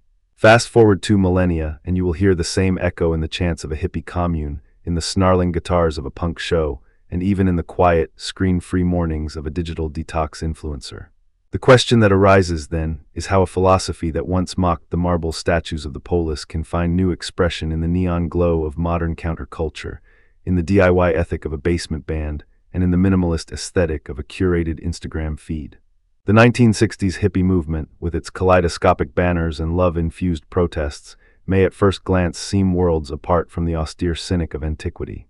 Yet when you peel back the layers of psychedelic posters and communal kitchens, you encounter a striking resonance, a yearning for simplicity, for a life unburdened by the artificial hierarchies of consumer culture.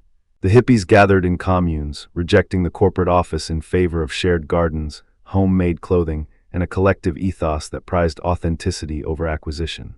They sang "All You Need Is Love," not as a sentimental refrain, but as a radical declaration that the true wealth of a person lies in relationships and inner peace, not in the accumulation of material goods. In this, they echoed the Cynics' disdain for the hollow pursuit of wealth and fame, a sentiment captured in the words of Diogenes, who, when asked what he wanted, replied, "A cup of water to drink." The hippies' embrace of back-to-the-land practices, growing their own food, building their own shelters, crafting their own clothing, mirrored the Cynics' call for self-sufficiency. A life lived according to nature, rather than the dictates of a market. Consider the iconic photograph of a young couple, barefoot on a dusty road, their hair unkempt, a battered guitar slung over the shoulder of the man, a wicker basket of fresh produce at their side. This image, reproduced on countless album covers and protest flyers, is more than a nostalgic snapshot. It is an embodiment of the Cynics' principle of autarkeia, self-sufficiency.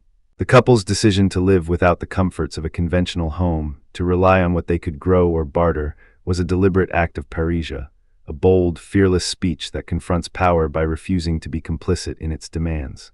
In the same way that Diogenes once walked into the great hall of the king with a lantern, searching for an honest man, these modern seekers ventured into the wilderness of mainstream culture, searching for a genuine way of being.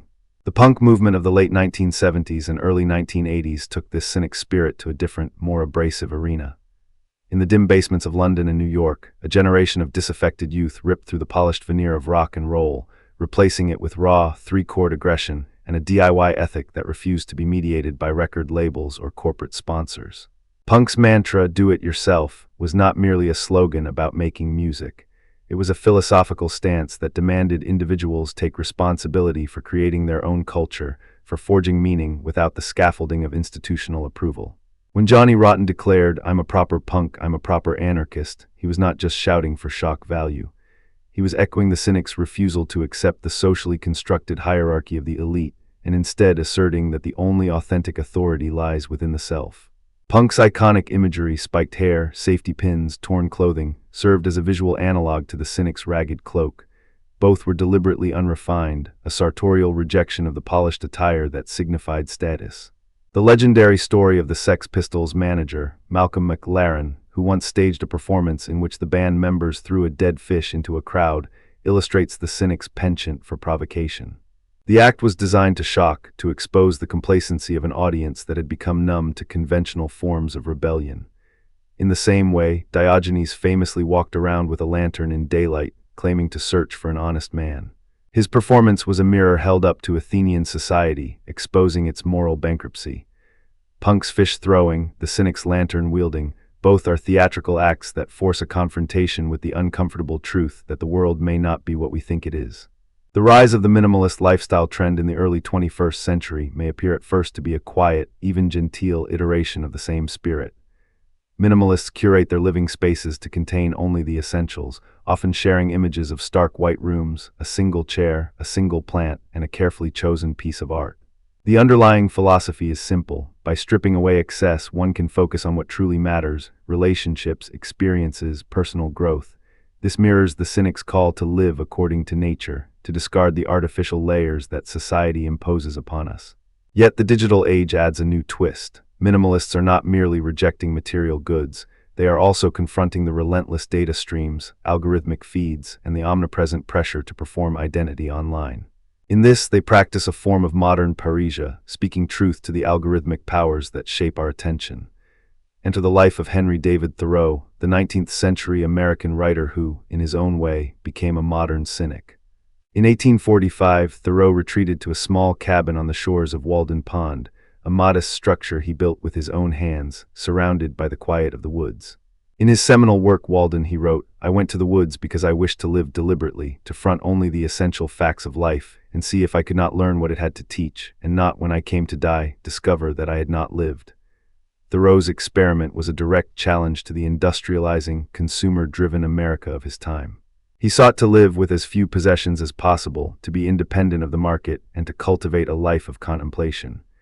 In doing so, he embodied the Cynics' disdain for the hollow pursuit of wealth and fame, while also extending the tradition into a new cultural context. Thoreau's famous declaration, "If a man does not keep pace with his companions, perhaps it is because he hears a different drummer," resonates with the Cynics' insistence on individual authenticity. Yet Thoreau also practiced parrhesia in his political writings. His essay Civil Disobedience, penned after his brief imprisonment for refusing to pay a poll tax that supported slavery and the Mexican-American War, declares, "Under a government which imprisons any unjustly, the true place for a man is either in the prison or in the open air."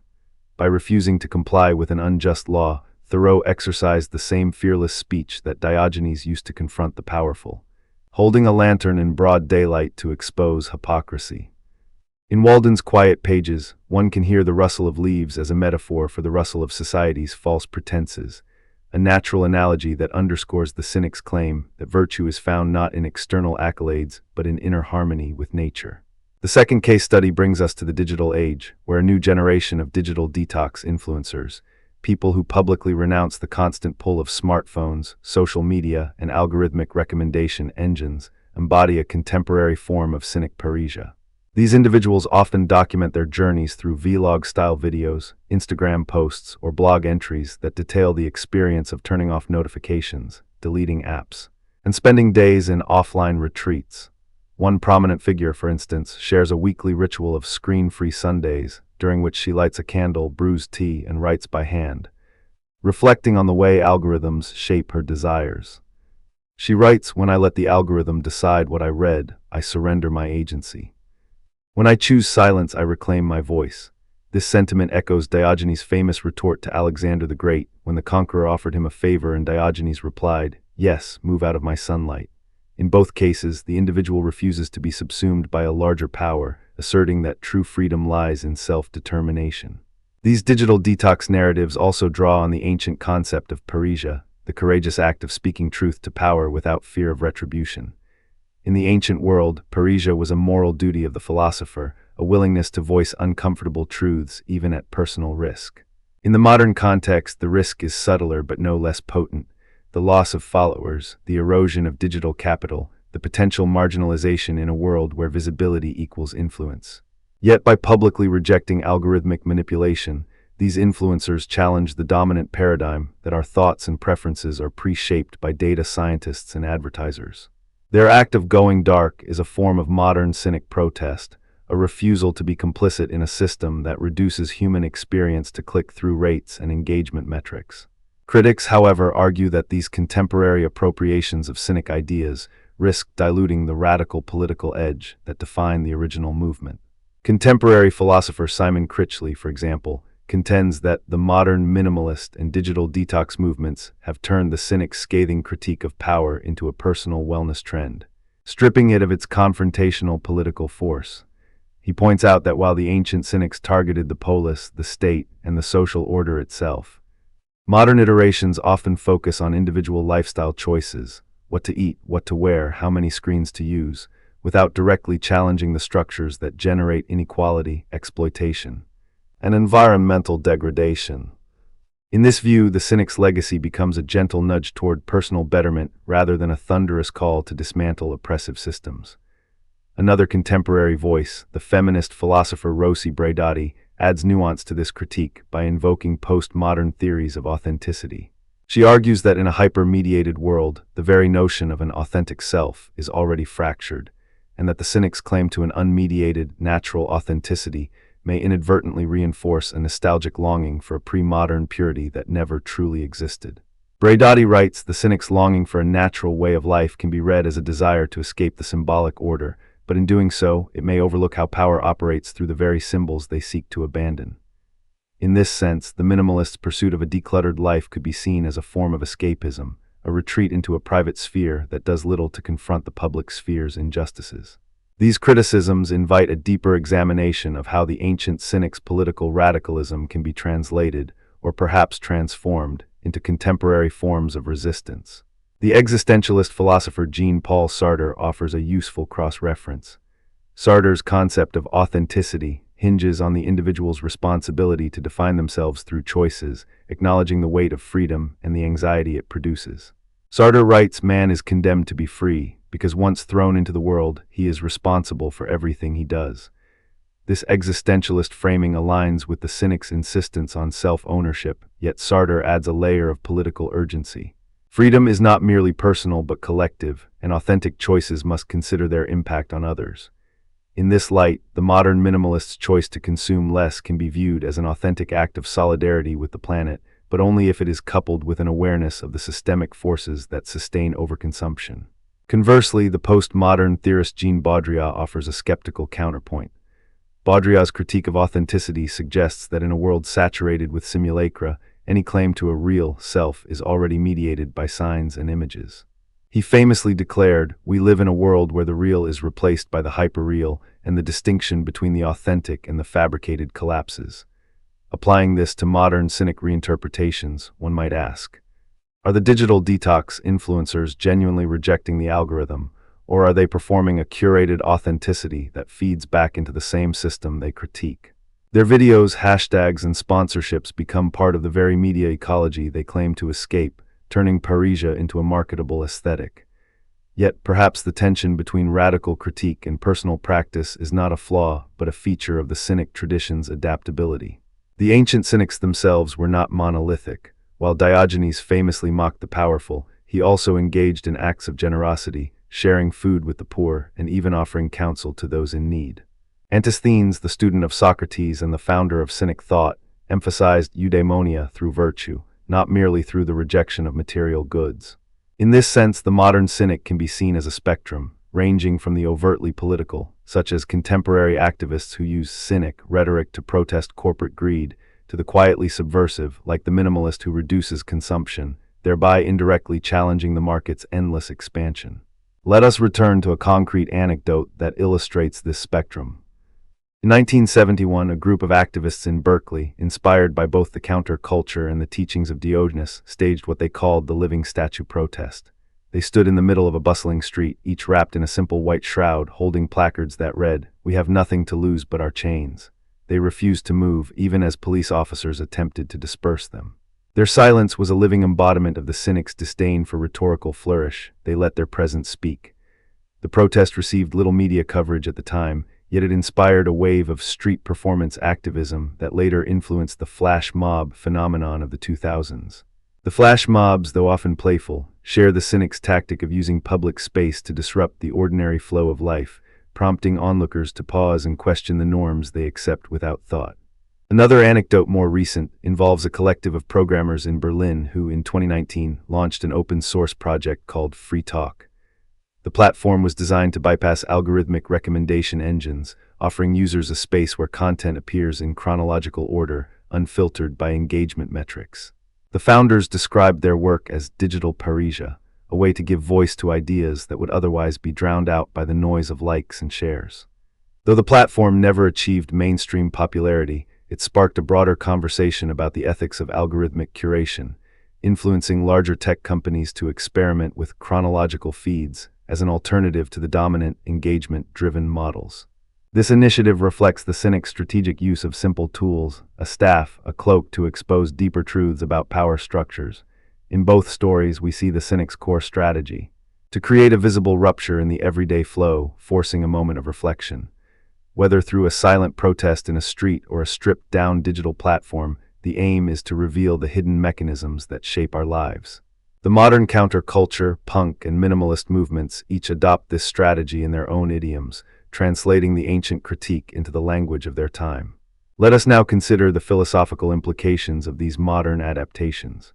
If we accept Sartre's claim that authenticity requires an acknowledgement of the other, then the cynic's emphasis on individual self-sufficiency must be balanced with a responsibility toward community.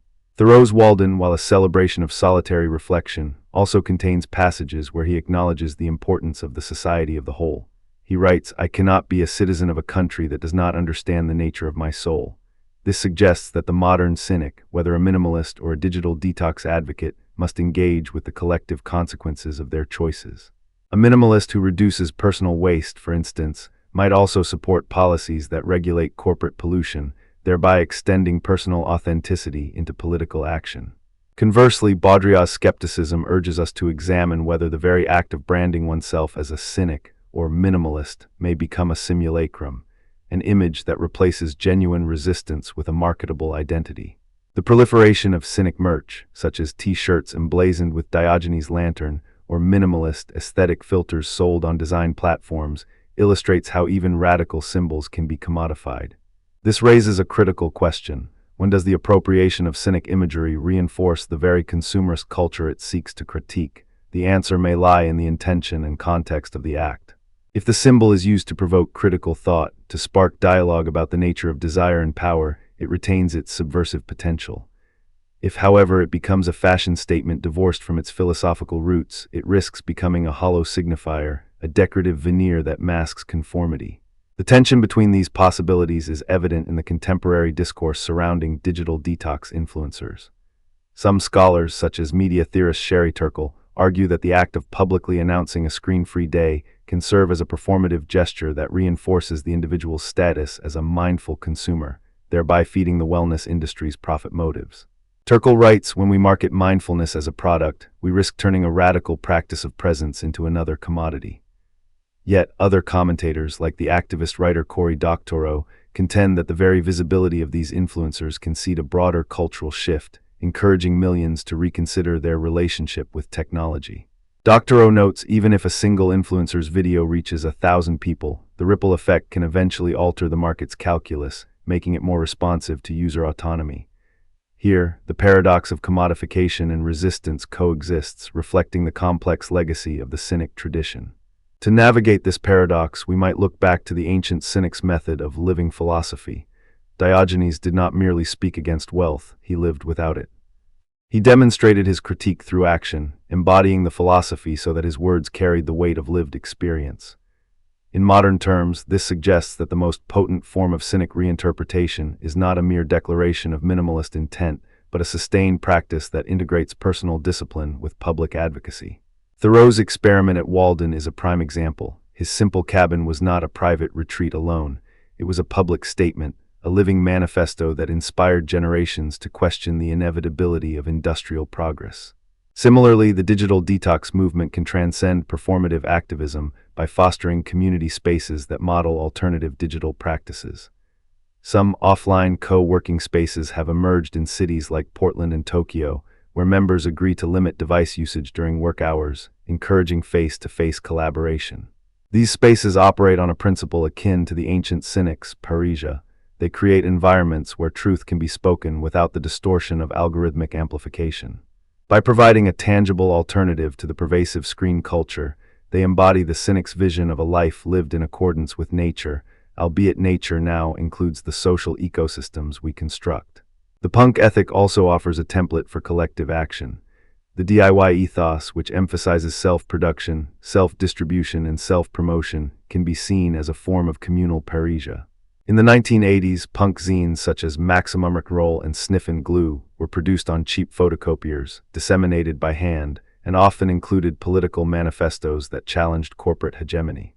These publications operated outside mainstream media channels, creating a parallel information ecosystem. Their legacy persists in today's zine, culture, and independent blogs, which continue to provide platforms for dissenting voices.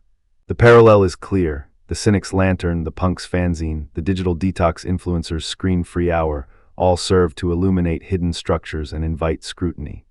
Yet, as we reflect on these modern manifestations, we must also consider the role of humor and absurdity in the Cynic tradition. Diogenes famously answered the question of why he lived in a barrel by saying, "Because it is a comfortable place for a man who has nothing to lose." This blend of wit and provocation is echoed in contemporary internet memes that juxtapose minimalist living with absurdist captions. Think of the meme that shows a single white mug with the text, "When you have nothing, you have everything." While some dismiss such memes as trivial, they serve a philosophical function. They distill complex critiques into bite-size, shareable formats that can reach a wide audience. In the age of virality, memes become the modern equivalent of the Cynic's public performance, leveraging humor to bypass defensive barriers and plant seeds of doubt about prevailing values. The cross-reference to existentialist authenticity and postmodern critiques deepens our understanding of these dynamics. Sartre's insistence that existence precedes essence aligns with the Cynic's call to define oneself through actions rather than through socially imposed identities. The minimalist who chooses to own a single piece of furniture is enacting Sartrean freedom. They are not bound by a predetermined consumerist narrative, but are creating their own essence through deliberate choice. However, Baudrillard would caution that this choice may be pre-shaped by the very culture that celebrates minimalism as a status symbol. The paradoxical nature of minimalist chic as a fashionable trend illustrates how the market can co-opt authentic acts, turning them into markers of cultural capital. Thus, the modern cynic must remain vigilant, constantly interrogating whether their actions are truly self-determined or subtly guided by the desire for social validation. In light of these considerations, what might a contemporary cynic, attuned to both Sartre and Baudrillard, actually do? One possibility is to adopt a praxis that couples personal austerity with collective activism, a dual-track approach. On the personal front, the individual could practice digital minimalism, limit consumption, and cultivate self-sufficiency through skills like gardening, repair, or cooking.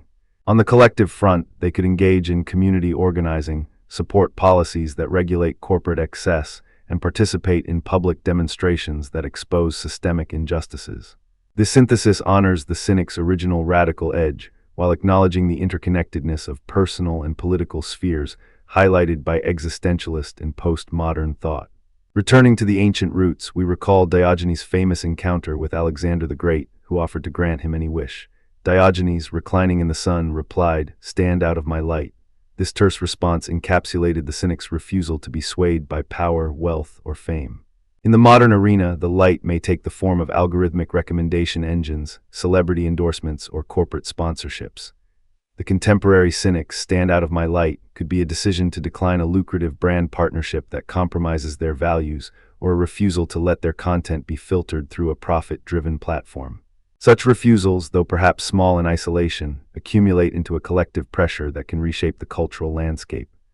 Consider the story of a young musician in the early 2000s who, after gaining a modest following on a major streaming service, chose to withdraw his catalog and release his music exclusively through a pay-what-you-want model on his own website. He cited Diogenes' lantern as inspiration, saying, "I want listeners to find my songs on their own, not through algorithms that decide what they should hear."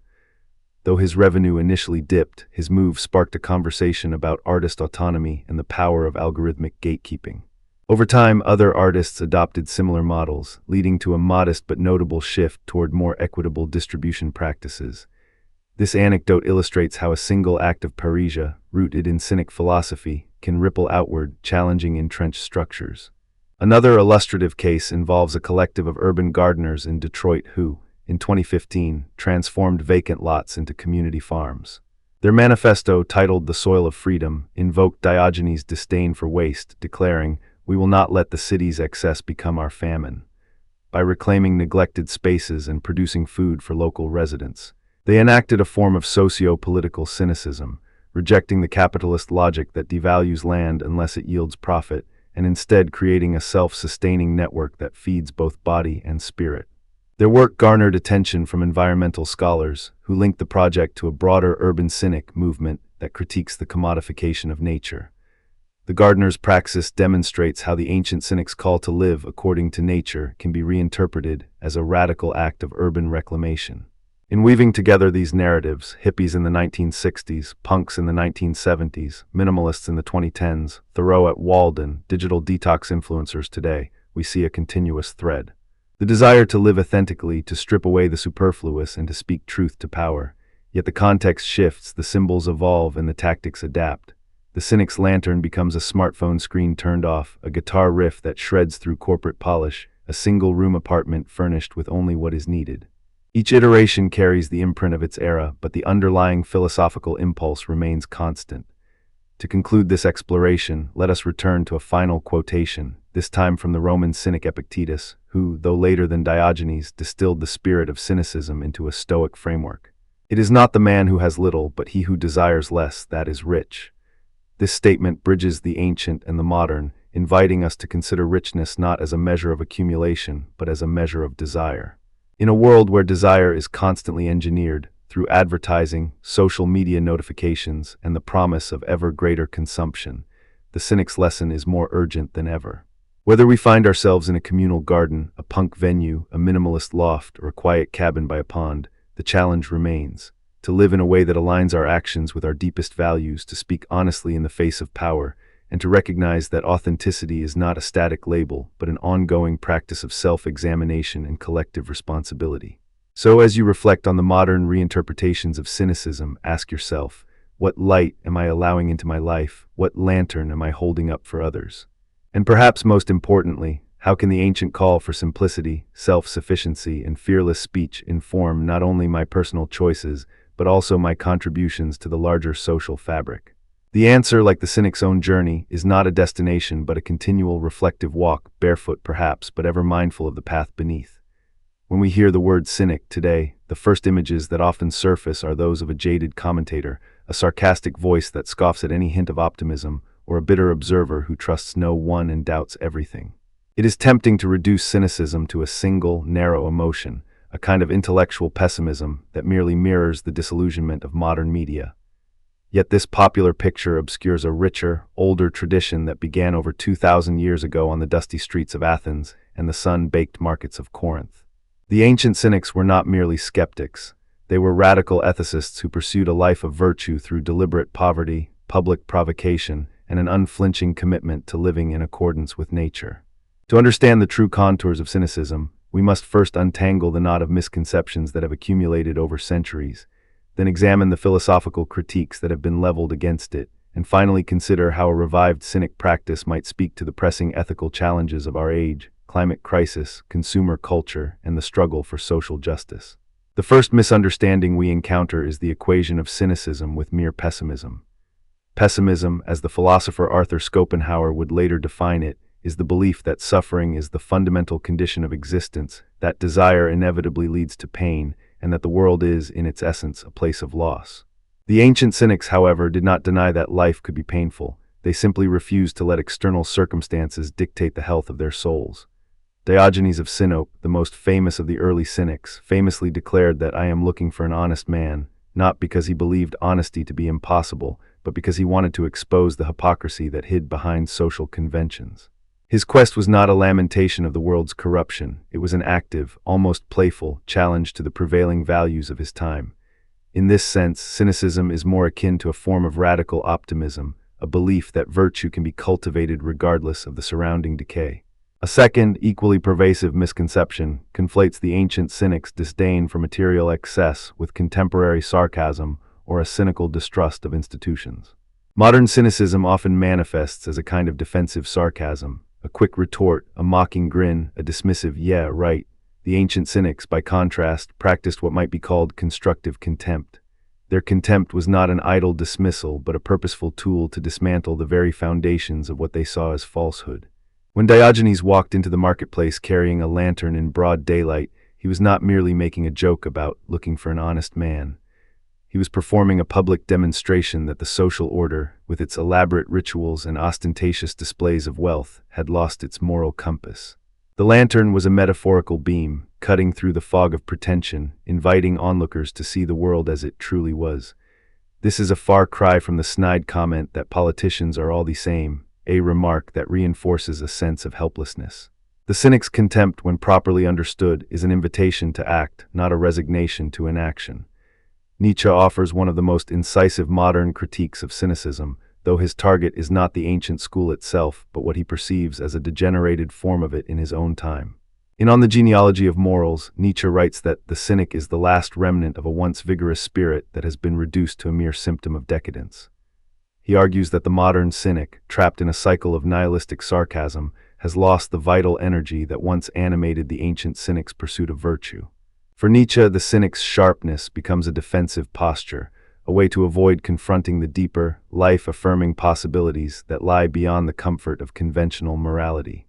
He sees the modern cynic as a symptom of cultural decline, a sign that society has retreated into a passive, self-destructive irony rather than engaging in the transformative will to power that he champions.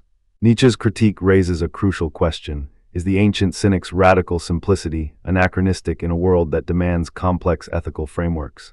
If the ancient cynics were simply anti-establishment pranksters, perhaps Nietzsche's assessment is fair. Yet there is another way to read Nietzsche's observation. He warns us not to mistake the cynic's sharpness for mere sarcasm. Rather, he challenges us to ask whether the cynic's detachment has become a shield against genuine engagement. In this light, Nietzsche's critique can be taken not as a dismissal, but as a call to revive the original vigor of cynicism. to strip away the complacent irony that has settled over modern discourse and to restore the ancient cynics' willingness to live out their convictions in the public square. A second, more recent line of criticism comes from feminist philosophers who argue that traditional cynicism has been historically gendered, privileging a masculine model of public provocation while neglecting the lived experiences of women. In The Gendered Roots of Philosophical Cynicism, Judith Butler and Sally Haslanger note that the ancient cynics, Diogenes, Crates, Menipus, were all men who performed their philosophy in the streets, using bodily exposure, public shaming, and a kind of masculine austerity to challenge authority. The very act of discarding clothing, a hallmark of cynic practice, can be read as a gendered performance that reinforces a patriarchal notion of the male body as a site of philosophical authority. Moreover, the historical record is sparse regarding women who might have practiced cynicism, suggesting that the tradition has been, perhaps unintentionally, exclusive. Feminist critiques also point out that the ancient cynics' emphasis on self-sufficiency can be interpreted as a neglect of relational ethics, an ethic that acknowledges interdependence, care, and the social conditions that shape individual autonomy. By valorizing the solitary figure who lives in accordance with nature and rejects all external goods, the cynic model may inadvertently marginalize those whose identities are bound up in communal responsibilities, particularly women who have historically been assigned caregiving roles.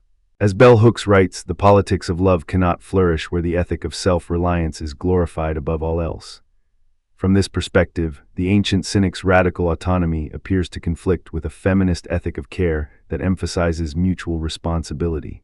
These critiques, while powerful, do not necessarily invalidate the relevance of cynic ethics for contemporary concerns. In fact, when we examine the core principles of the ancient cynic, simplicity, honesty, defiance of unjust power structures, we discover a fertile ground for ecological responsibility and social justice. The modern climate crisis, for instance, is a stark illustration of how consumer culture has divorced human flourishing from the health of the natural world. The ancient cynic's disdain for superfluous possessions can be read as an early articulation of what today we might call degrowth or post-growth economics. When Crates of Thebes gave away his wealth to live as a beggar, he was not merely performing a theatrical gesture. He was embodying an ethic that rejects the endless accumulation of material goods, a stance that resonates powerfully with contemporary calls to reduce carbon footprints and curb the environmental impact of overconsumption. Consider the example of a modern activist who chooses to live off the grid, growing food in community gardens, and refusing to purchase products from corporations that contribute to deforestation. This activist in many ways mirrors the cynic's practice of living in accordance with nature. The difference lies not in the philosophical label, but in the intentionality behind the lifestyle. The ancient cynic's actions were a form of philosophical protest, a lived critique of the social order that made a visible statement about the possibility of a different way of being. Today, such practices can serve as tangible demonstrations that alternative, sustainable ways of life are not only conceivable but already being enacted. The cynic's call to be rich in virtue, not in wealth, becomes a rallying cry for climate justice, urging us to measure success not by GDP, but by the health of ecosystems and the well-being of future generations.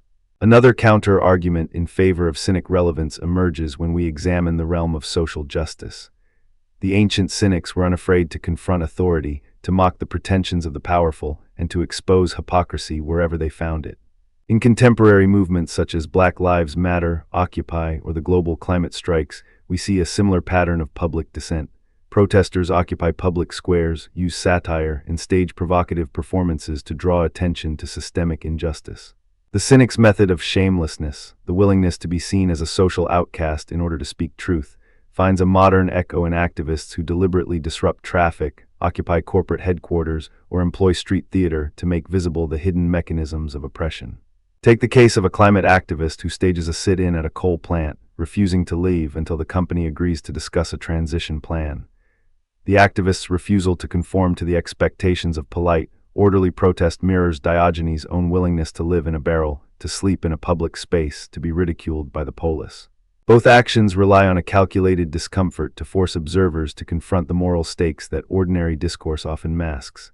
The cynic's public shame becomes a tool for awakening collective conscience, a technique that can be harnessed to amplify the voices of those marginalized by dominant power structures. To deepen our understanding of how cynic ethics intersect with modern concerns, let us revisit two historical anecdotes that illustrate the stakes of cynic dissent in antiquity. The first concerns Diogenes' exile from Sinope. According to Diogenes Laertius, Diogenes was forced to leave his hometown after being implicated, perhaps falsely, in a scheme to deface the city's coinage. The authorities, fearing his subversive influence, expelled him, and he found himself wandering the streets of Athens, where he adopted the barrel as his home. This exile was not merely a personal misfortune. It was a public statement that the state could not tolerate a philosopher who openly challenged its moral and economic foundations. Diogenes' subsequent acts, searching for an honest man with a lantern, urinating on the statues of the gods, were not idle provocations but strategic responses to the very exile that sought to silence him.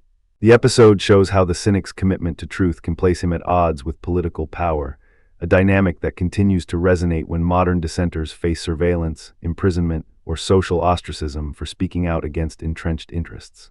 The second anecdote involves the Cynic philosopher Crates of Thebes, who, after renouncing his wealth, married Hipparchia, a woman from a prominent Athenian family. Their marriage itself became a radical act, challenging gender norms and the expectations of respectable conduct. When Hipparchia's relatives attempted to force her back into a traditional domestic role, Crates defended her right to live as a Cynic, saying that virtue does not depend on gender. The couple's joint practice of living in virtue, sleeping on the streets, sharing a simple meal of figs and water, served as a living critique of both economic inequality and patriarchal constraints. Their partnership illustrates how Cynic philosophy could be, and perhaps should be, inclusive of women's agency, countering the feminist critique that the tradition is inherently gendered. While the historical record is limited, the story of Hipparchia shows that the Cynic's radical simplicity could be adopted by women, thereby expanding the scope of Cynic ethics beyond a male-only domain. These anecdotes remind us that Cynicism has always been a high-stakes practice, one that invites persecution, ridicule, and even exile. Yet they also demonstrate that the core of Cynic philosophy, living according to nature, rejecting artificial conventions, and speaking truth to power, has the capacity to evolve and intersect with other ethical frameworks. When we bring this ancient tradition into conversation with contemporary debates on climate activism, anti-consumerism, and public dissent, we uncover a set of tools that can sharpen our collective moral imagination. Let us now turn to the first modern critique in more detail, Nietzsche's view of cynicism as a symptom of decadence. Nietzsche observes that the modern cynic's sharpness has become a defensive reflex, a way to protect the self from the anxiety of confronting a world that seems devoid of meaning. He writes, "The cynic in his contempt is the last to feel the pulse of life, for he has turned his gaze inward and found only emptiness." For Nietzsche, this inward turn is dangerous because it reinforces nihilism rather than overcoming it. He proposes instead the figure of the free spirit, one who embraces the chaos of existence and creates new values. In this light, the ancient cynic's outward provocation, his willingness to expose himself to ridicule, offers a possible antidote to Nietzsche's diagnosis. By turning the critique outward, by making the world the object of scrutiny rather than retreating into a private, sarcastic cynicism, the ancient cynic re-engages with the pulse of life. The public act of living in a barrel, of discarding luxury, becomes a way of saying, "I will not be complicit in the decadence that surrounds me." The cynic's externalized contempt thus resists the nihilistic inwardness that Nietzsche warns against. Yet Nietzsche's critique also invites us to consider the limitations of the cynic's approach. The ancient cynics, in their radical rejection of social norms, sometimes failed to articulate a constructive vision for what should replace the institutions they dismantled. Nietzsche's free spirit, by contrast, seeks to build new values, not merely to destroy old ones. This tension raises a crucial question for contemporary ethicists. Can cynicism be a sustainable foundation for social change if it focuses primarily on negation rather than positive construction? The answer may lie in a synthesis that retains the cynic's commitment to authenticity while also incorporating a forward-looking imagination. In practice, this could mean pairing the cynic's critique of consumer excess with a collaborative effort to develop community-based economies, renewable energy projects, and inclusive governance structures. The cynic's role would then be that of a perpetual watchdog, a moral compass that constantly reminds society of its excesses, while other actors take up the task of building alternatives. The second critique from contemporary feminist scholars emphasizes the need to broaden cynic ethics beyond the narrow focus on individual self-sufficiency. In their analysis, they argue that the ancient cynic's emphasis on autarkeia, self-sufficiency, can be interpreted as a denial of relational interdependence, a cornerstone of feminist ethics. They point to the way Diogenes would mock the social bonds of marriage, friendship, and familial duty, presenting them as unnecessary shackles. While this stance can be empowering for those who feel trapped by oppressive expectations, it can also overlook the ways in which care and mutual responsibility are essential for dismantling systemic injustices. As the feminist philosopher Luce Irigaray has noted, the ethics of the other requires that we acknowledge the vulnerability that binds us, not simply the autonomy that separates us. If cynicism is to remain relevant, it must engage with this insight, recognizing that the pursuit of virtue cannot be fully realized in isolation from the community. One way to respond to this feminist critique is to reinterpret the Cynics' practice of living in accordance with nature as an invitation to respect the interdependent ecosystems, both natural and social, that sustain us. The ancient Cynics' rejection of luxury was not a call to withdraw from all relationships, but a call to strip away the artificial hierarchies that distort genuine human connection. When Diogenes refused to accept hospitality from those who would use it to assert power, he was, in effect, demanding relationships based on honesty rather than transactional advantage. In a modern feminist context, this can be read as an appeal for relationships that are non-exploitative, that honor consent, and that recognize the dignity of each participant. The Cynics' willingness to expose hypocrisy can be harnessed to critique patriarchal structures that masquerade as benevolent traditions, such as the expectation that women must endure unpaid domestic labor in the name of family honor. By applying Cynic provocation to these gendered expectations, we can uncover the ways in which societal virtues often serve to reinforce domination. Another counter-argument emerges from the field of environmental ethics, where the Cynic's radical simplicity aligns with the principle of sufficiency. The philosopher James P. Sturba argues that a life of moderate sufficiency, where individuals limit consumption to what is necessary for a flourishing life, offers a morally defensible path towards sustainability. The ancient Cynics' practice of living with only the bare essentials provides a concrete historical precedent for such an ethic. Moreover, the Cynics' public demonstration of poverty can serve as a powerful pedagogical tool. When a modern activist deliberately lives in a tiny house, reduces waste to near zero, and publicly refuses corporate sponsorship, they embody a form of Cynic pedagogy that challenges observers to reconsider the moral acceptability of a lifestyle predicated on endless growth. This approach does not rely on abstract arguments alone.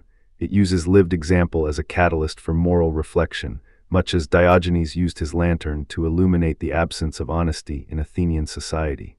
In the realm of social justice, the Cynics' insistence on speaking truth to power resonates with the concept of speaking truth to the other, a term popularized by the philosopher Charles Taylor in his discussions of multicultural dialogue. The Cynics' method is not merely rhetorical, it is embodied. By choosing to live on the streets, to expose himself to public scorn, and to reject the comforts that most people take for granted, the Cynic forces the community to confront uncomfortable truths. This embodied form of dissent can be a powerful complement to more conventional forms of protest. For example, during the 2011 Occupy Wall Street movement, many participants set up encampments in public parks, refusing to leave until their demands for economic justice were heard. Their physical presence, much like Diogenes' barrel, transformed a public space into a site of moral questioning. The occupation of Zuccotti Park became a living critique of the financial system, echoing the Cynics' strategy of making the personal political and the philosophical visible. To further illustrate how Cynic ethics can be mobilized for contemporary causes, consider two concrete examples. First, the zero-waste movement, which encourages individuals and communities to minimize waste through practices such as composting, bulk buying, and refusing single-use plastics. Participants often adopt a minimalist aesthetic that mirrors the Cynics' disdain for superfluous material goods. By publicly refusing to use disposable coffee cups, for instance, they challenge the corporate culture that normalizes waste. Their actions echo Diogenes' refusal to accept the comforts of a luxurious life, turning the rejection of material excess into a form of moral protest against environmental degradation. Second, the digital detox movement, which encourages people to step away from constant connectivity, social media, and the endless stream of advertisements that shape our desires. In a world where digital platforms are designed to capture attention and monetize every click, the act of unplugging becomes a radical statement. It is a modern analog of the Cynics' choice to live without the trappings of civilization, a deliberate withdrawal that forces society to confront its dependence on technology. When a group of activists stages a silence protest, gathering in a public square with their phones turned off. They create a visual tableau that asks onlookers to consider the cost of constant connectivity. This form of protest, like the Cynics' public antics, uses the body as a medium for critique. Both examples demonstrate how the Cynics' core tactics, simplicity, public demonstration, and the willingness to be seen as an outsider, can be adapted to address the pressing ethical dilemmas of our time. They also show that cynicism need not be confined to a sarcastic tone. It can be a serious, action-oriented practice that invites others to imagine alternative ways of living. When we examine the broader historical trajectory of cynicism, we see that the tradition has always been in dialogue with other philosophical schools. The Stoics, for instance, were directly influenced by the Cynics, adopting the idea that virtue is the only true good while softening the Cynics' radical rejection of social institutions. Marcus Aurelius in his Meditations writes, "If you are distressed by anything external, the pain is not due to the thing itself, but to your estimate of it, and this you have the power to revoke at any moment." This Stoic insight echoes the Cynics' emphasis on internal freedom from external circumstances. Yet the Stoics also embraced the idea of participating in public life, serving as leaders and advisors. This synthesis suggests that the Cynics' radical critique can be tempered with constructive engagement, a model that may guide contemporary activists who wish to both protest and build.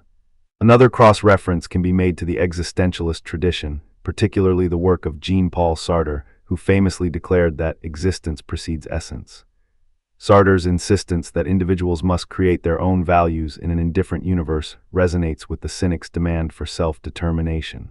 However, Sartre also emphasized responsibility to others, a point where he diverges from the Cynics' more individualistic posture. By juxtaposing these thinkers, we can see how the Cynics' emphasis on authenticity can be enriched by an ethic of responsibility, thereby addressing feminist concerns about relational interdependence. The contemporary climate activism movement offers a fertile arena for testing these ideas.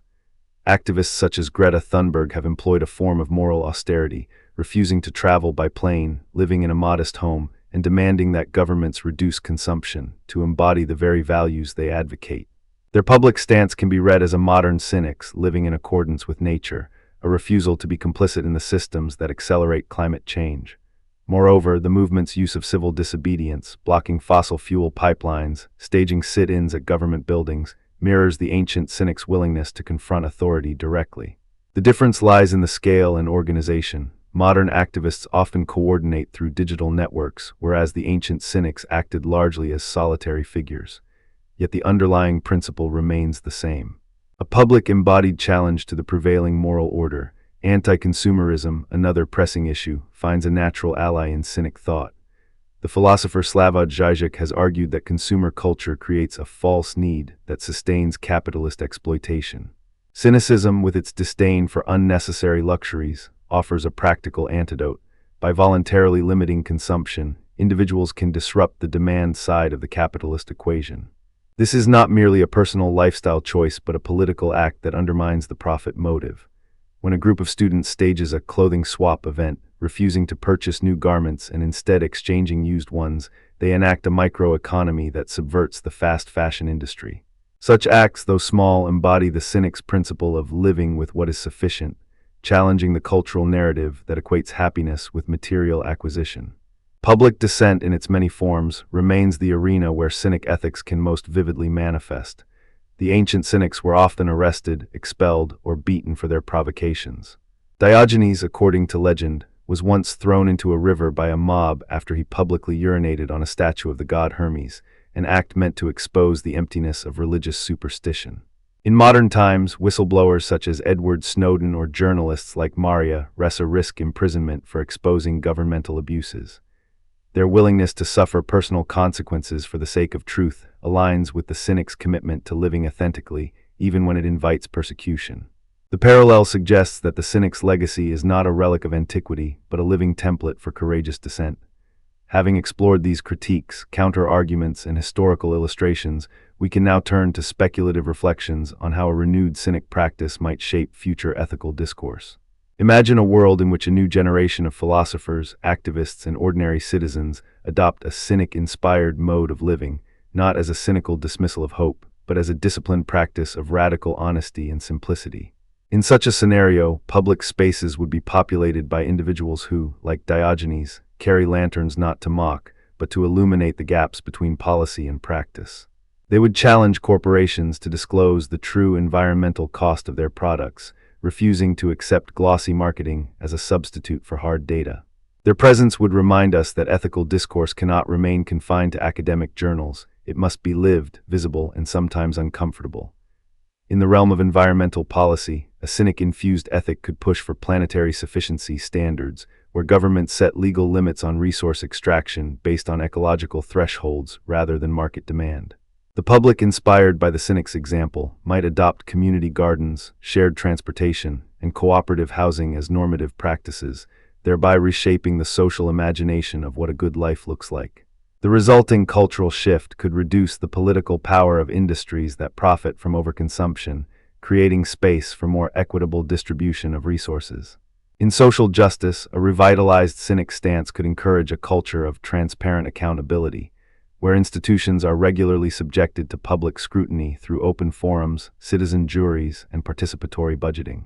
The cynic's willingness to expose hypocrisy would become a societal expectation, not an exception. When politicians make promises, they would be met not only with applause but with a vigilant public ready to hold them to account, echoing the ancient practice of shamelessness that refuses to let authority go unchallenged. Moreover, a renewed cynic practice could foster a deeper integration of gender equity into ethical discourse.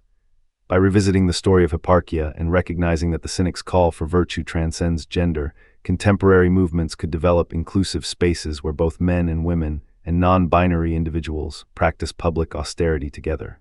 This could manifest in cohabitation projects that reject traditional gendered divisions of labor, emphasizing shared responsibility for food production, childcare, and community governance. In doing so, the cynic's emphasis on self-sufficiency would be reinterpreted as collective sufficiency, a shared capacity to meet one's needs without exploiting others. The speculative future we envision is not one of utopian withdrawal, but of engaged, embodied critique. It is a world where the cynic's lantern becomes a metaphorical beacon for transparency, where the barrel becomes a symbol of humility, and where the act of living simply is recognized as a powerful political statement. In such a world, the ancient maxim, "live according to nature," would be read not as a call to retreat into the wilderness, but as an invitation to align human societies with the ecological limits of the planet, to respect the interdependence of all life, and to cultivate virtues that sustain both individuals and communities. As we close this exploration, let us return to a quotation that captures the spirit of the ancient cynics while pointing toward our contemporary moment. Diogenes, when asked what he wanted most, replied, "I am looking for an honest man." This simple, almost childlike request encapsulates a profound ethical demand. That truth, virtue, and authenticity be the guiding stars of human life. If we take that request seriously, we must ask ourselves what honesty looks like in the age of deepfakes, algorithmic manipulation, and climate denial. We must ask whether our consumption habits betray the very nature we claim to cherish. We must ask whether our social structures honor the dignity of all participants, regardless of gender, race, or class. In answering these questions, we may find that the ancient cynic's path, though rugged, provocative, and often uncomfortable, offers a compass for navigating the moral turbulence of our time. By reclaiming the cynic's commitment to lived virtue, by confronting the critiques that have sharpened our understanding, and by applying the ancient practice of public dissent to the urgent issues of climate, consumerism, and social equity, we can forge a renewed ethical discourse that is both deeply rooted in tradition and boldly oriented toward the future. The journey will not be easy. It will demand the same courage that Diogenes displayed when he walked into the marketplace with a lantern at noon. Yet if we are willing to follow that light, we may discover that the path to a more just, sustainable, and honest world begins not with grand speeches, but with the simple, steadfast act of living as we truly ought to, unadorned, truthful, and ever watchful.